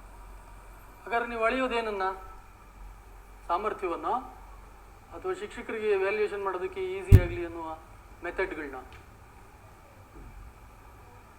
ಬಿಡಿ. ಇನ್ಮಿಕ್ಕ ಸಂಗತಿಗಳು, ಬೇರೆ ಬೇರೆ ವಿಚಾರಕ್ಕೆ ಸಂಬಂಧಪಟ್ಟಂತಹ ಸಂಗತಿಗಳು, ಸಾಕಷ್ಟು ವಿಚಾರಗಳನ್ನು ನಾವು ಚರ್ಚೆಗೆ ತಗೊಂಡಿದ್ದೀವಿ. ಇದರಲ್ಲಿ ಕೆಲವು ವಿಚಾರಗಳು ಹೆಚ್ಚು ವಿಸ್ತರಣೆಯನ್ನು ಬಯಸುವ ವಿಚಾರಗಳು ಆಗಿದ್ದವು. ನಾನು ಆ ರೀತಿಯ ವಿಸ್ತರಣೆಗೆ ಹೋಗಿಲ್ಲ. ನೀವೆಲ್ಲರೂ ಸಾಕಷ್ಟು ಅನುಭವ ಇರುವ ಶಿಕ್ಷಕರು ಅನ್ನುವ ಕಾರಣಕ್ಕೆ ಕೆಲವು ಅಂಶಗಳನ್ನು ನಿಮ್ಮ ಗಮನಕ್ಕೆ ತಂದು ಹಾಗೆ ನಾನು ಮುಂದೆ ಹೋಗಿದ್ದೇನೆ. ನನ್ನ ಇದುವರೆಗಿನ ಮಾತುಗಳನ್ನು ನೀವೆಲ್ಲರೂ ಸಹಭಾಗಿಗಳಾಗಿ ಕೇಳಿದ್ದಕ್ಕಾಗಿ ಮತ್ತು ಇಲ್ಲಿ ಮಾತನಾಡುವುದಕ್ಕೆ ಅವಕಾಶ ಕೊಟ್ಟದ್ದಕ್ಕಾಗಿ ನಿಮಗೆ ಮತ್ತು ಸಂಸ್ಥೆಗೆ ನನ್ನ ಧನ್ಯವಾದಗಳನ್ನು ಅರ್ಪಿಸ್ತೇನೆ. ನಮಸ್ಕಾರ. ಏನಾದರೂ ಚರ್ಚೆ ಇದ್ದರೆ ಚರ್ಚೆಯನ್ನು ಮುಂದುವರಿಸಬಹುದು.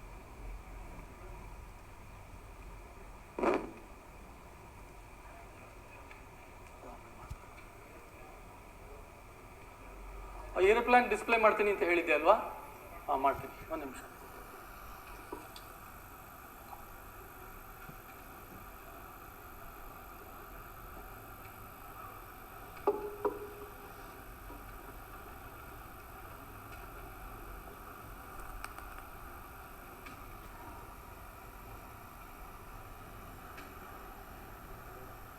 ನೋಡಿ, ಇದು ಸುಮ್ಮನೆ ನಾನು ತರಿಸ್ಕೊಂಡಂಥ ಒಂದು ಮಾದರಿ ಇಯರ್ ಪ್ಲಾನ್.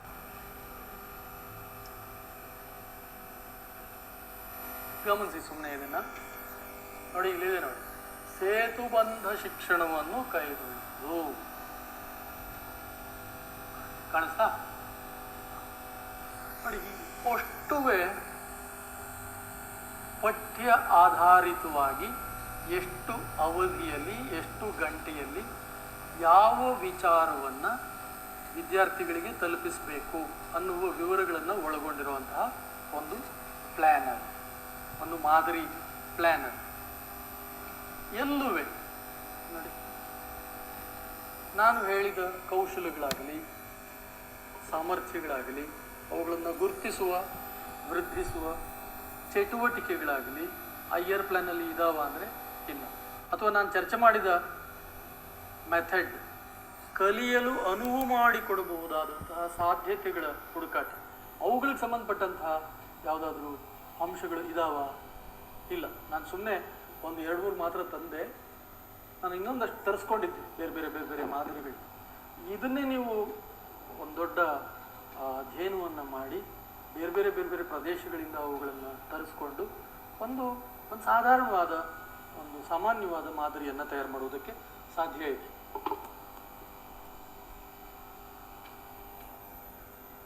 ಸಾಕಲ್ವಾ? Okay, thank you.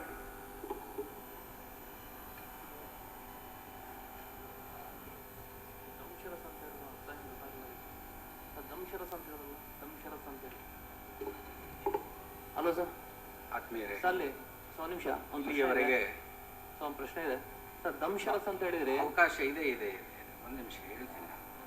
ಕನ್ನಡ ಪಠ್ಯ ಬೋಧನೆ ಹೊಸ ವಿಚಾರಗಳು ಎಂಬ ವಿಷಯವನ್ನು ಕುರಿತು ಇಲ್ಲಿಯವರೆಗೆ ತಮ್ಮ ಅಭಿಪ್ರಾಯಗಳನ್ನು ಹಂಚಿಕೊಂಡಂಥ professor Ramalingappa T Begur sir ಅವರಿಗೆ ಅಭಿನಂದನೆಗಳು. ಈಗ ಒಂದು 5 ನಿಮಿಷಗಳ ಕಾಲ ಚರ್ಚೆಗೆ ಅವಕಾಶ ಇರುತ್ತದೆ. ಪ್ರಶ್ನೆ ಭಾಳ ಚುಟುಕಾಗಿರಬೇಕು, ಚಿಕ್ಕದಾಗಿರಬೇಕು. ಉತ್ತರವೂ ಕೂಡ ಅಷ್ಟೇ ಚಿಕ್ಕದಾಗಿ ಇರ್ತದೆ. ನೀವು ಹೆಚ್ಚು ವಿವರಗಳು ಅವರಿಂದ ಏನಾದರೂ ಬೇಕಾದರೆ ಟೀ ಆದ ನಂತರ ಸರ್ ಹೊರಗಡೆ ಸಿಗ್ತಾರೆ, ಅಲ್ಲಿ ಬೇಕಾದರೆ ನೀವು ಹೆಚ್ಚಿನ ಮಾಹಿತಿಯನ್ನು ಪಡೆಯಬಹುದು. ಸಮಯದ ಅಭಾವದಿಂದ ಪ್ರಶ್ನೆಗಳು ಚಿಕ್ಕದಾಗಿರಲಿ. ಯಾರಿಗೆ ಅನುಮಾನ, ಪ್ರಶ್ನೆಗಳಷ್ಟೇ ಅಲ್ಲ, ಸಲಹೆಗಳು ಕೂಡ ಇದ್ರೆ ಹೇಳಲಿಕ್ಕೂ ಕೂಡ ಅವಕಾಶಗಳು ಇರ್ತದೆ ಅನ್ನುವಂಥದ್ದು. ಸರ್, ಕಾಡ್ಲೆಸ್ ಕೇಳಿಸುತ್ತಲ್ಲ?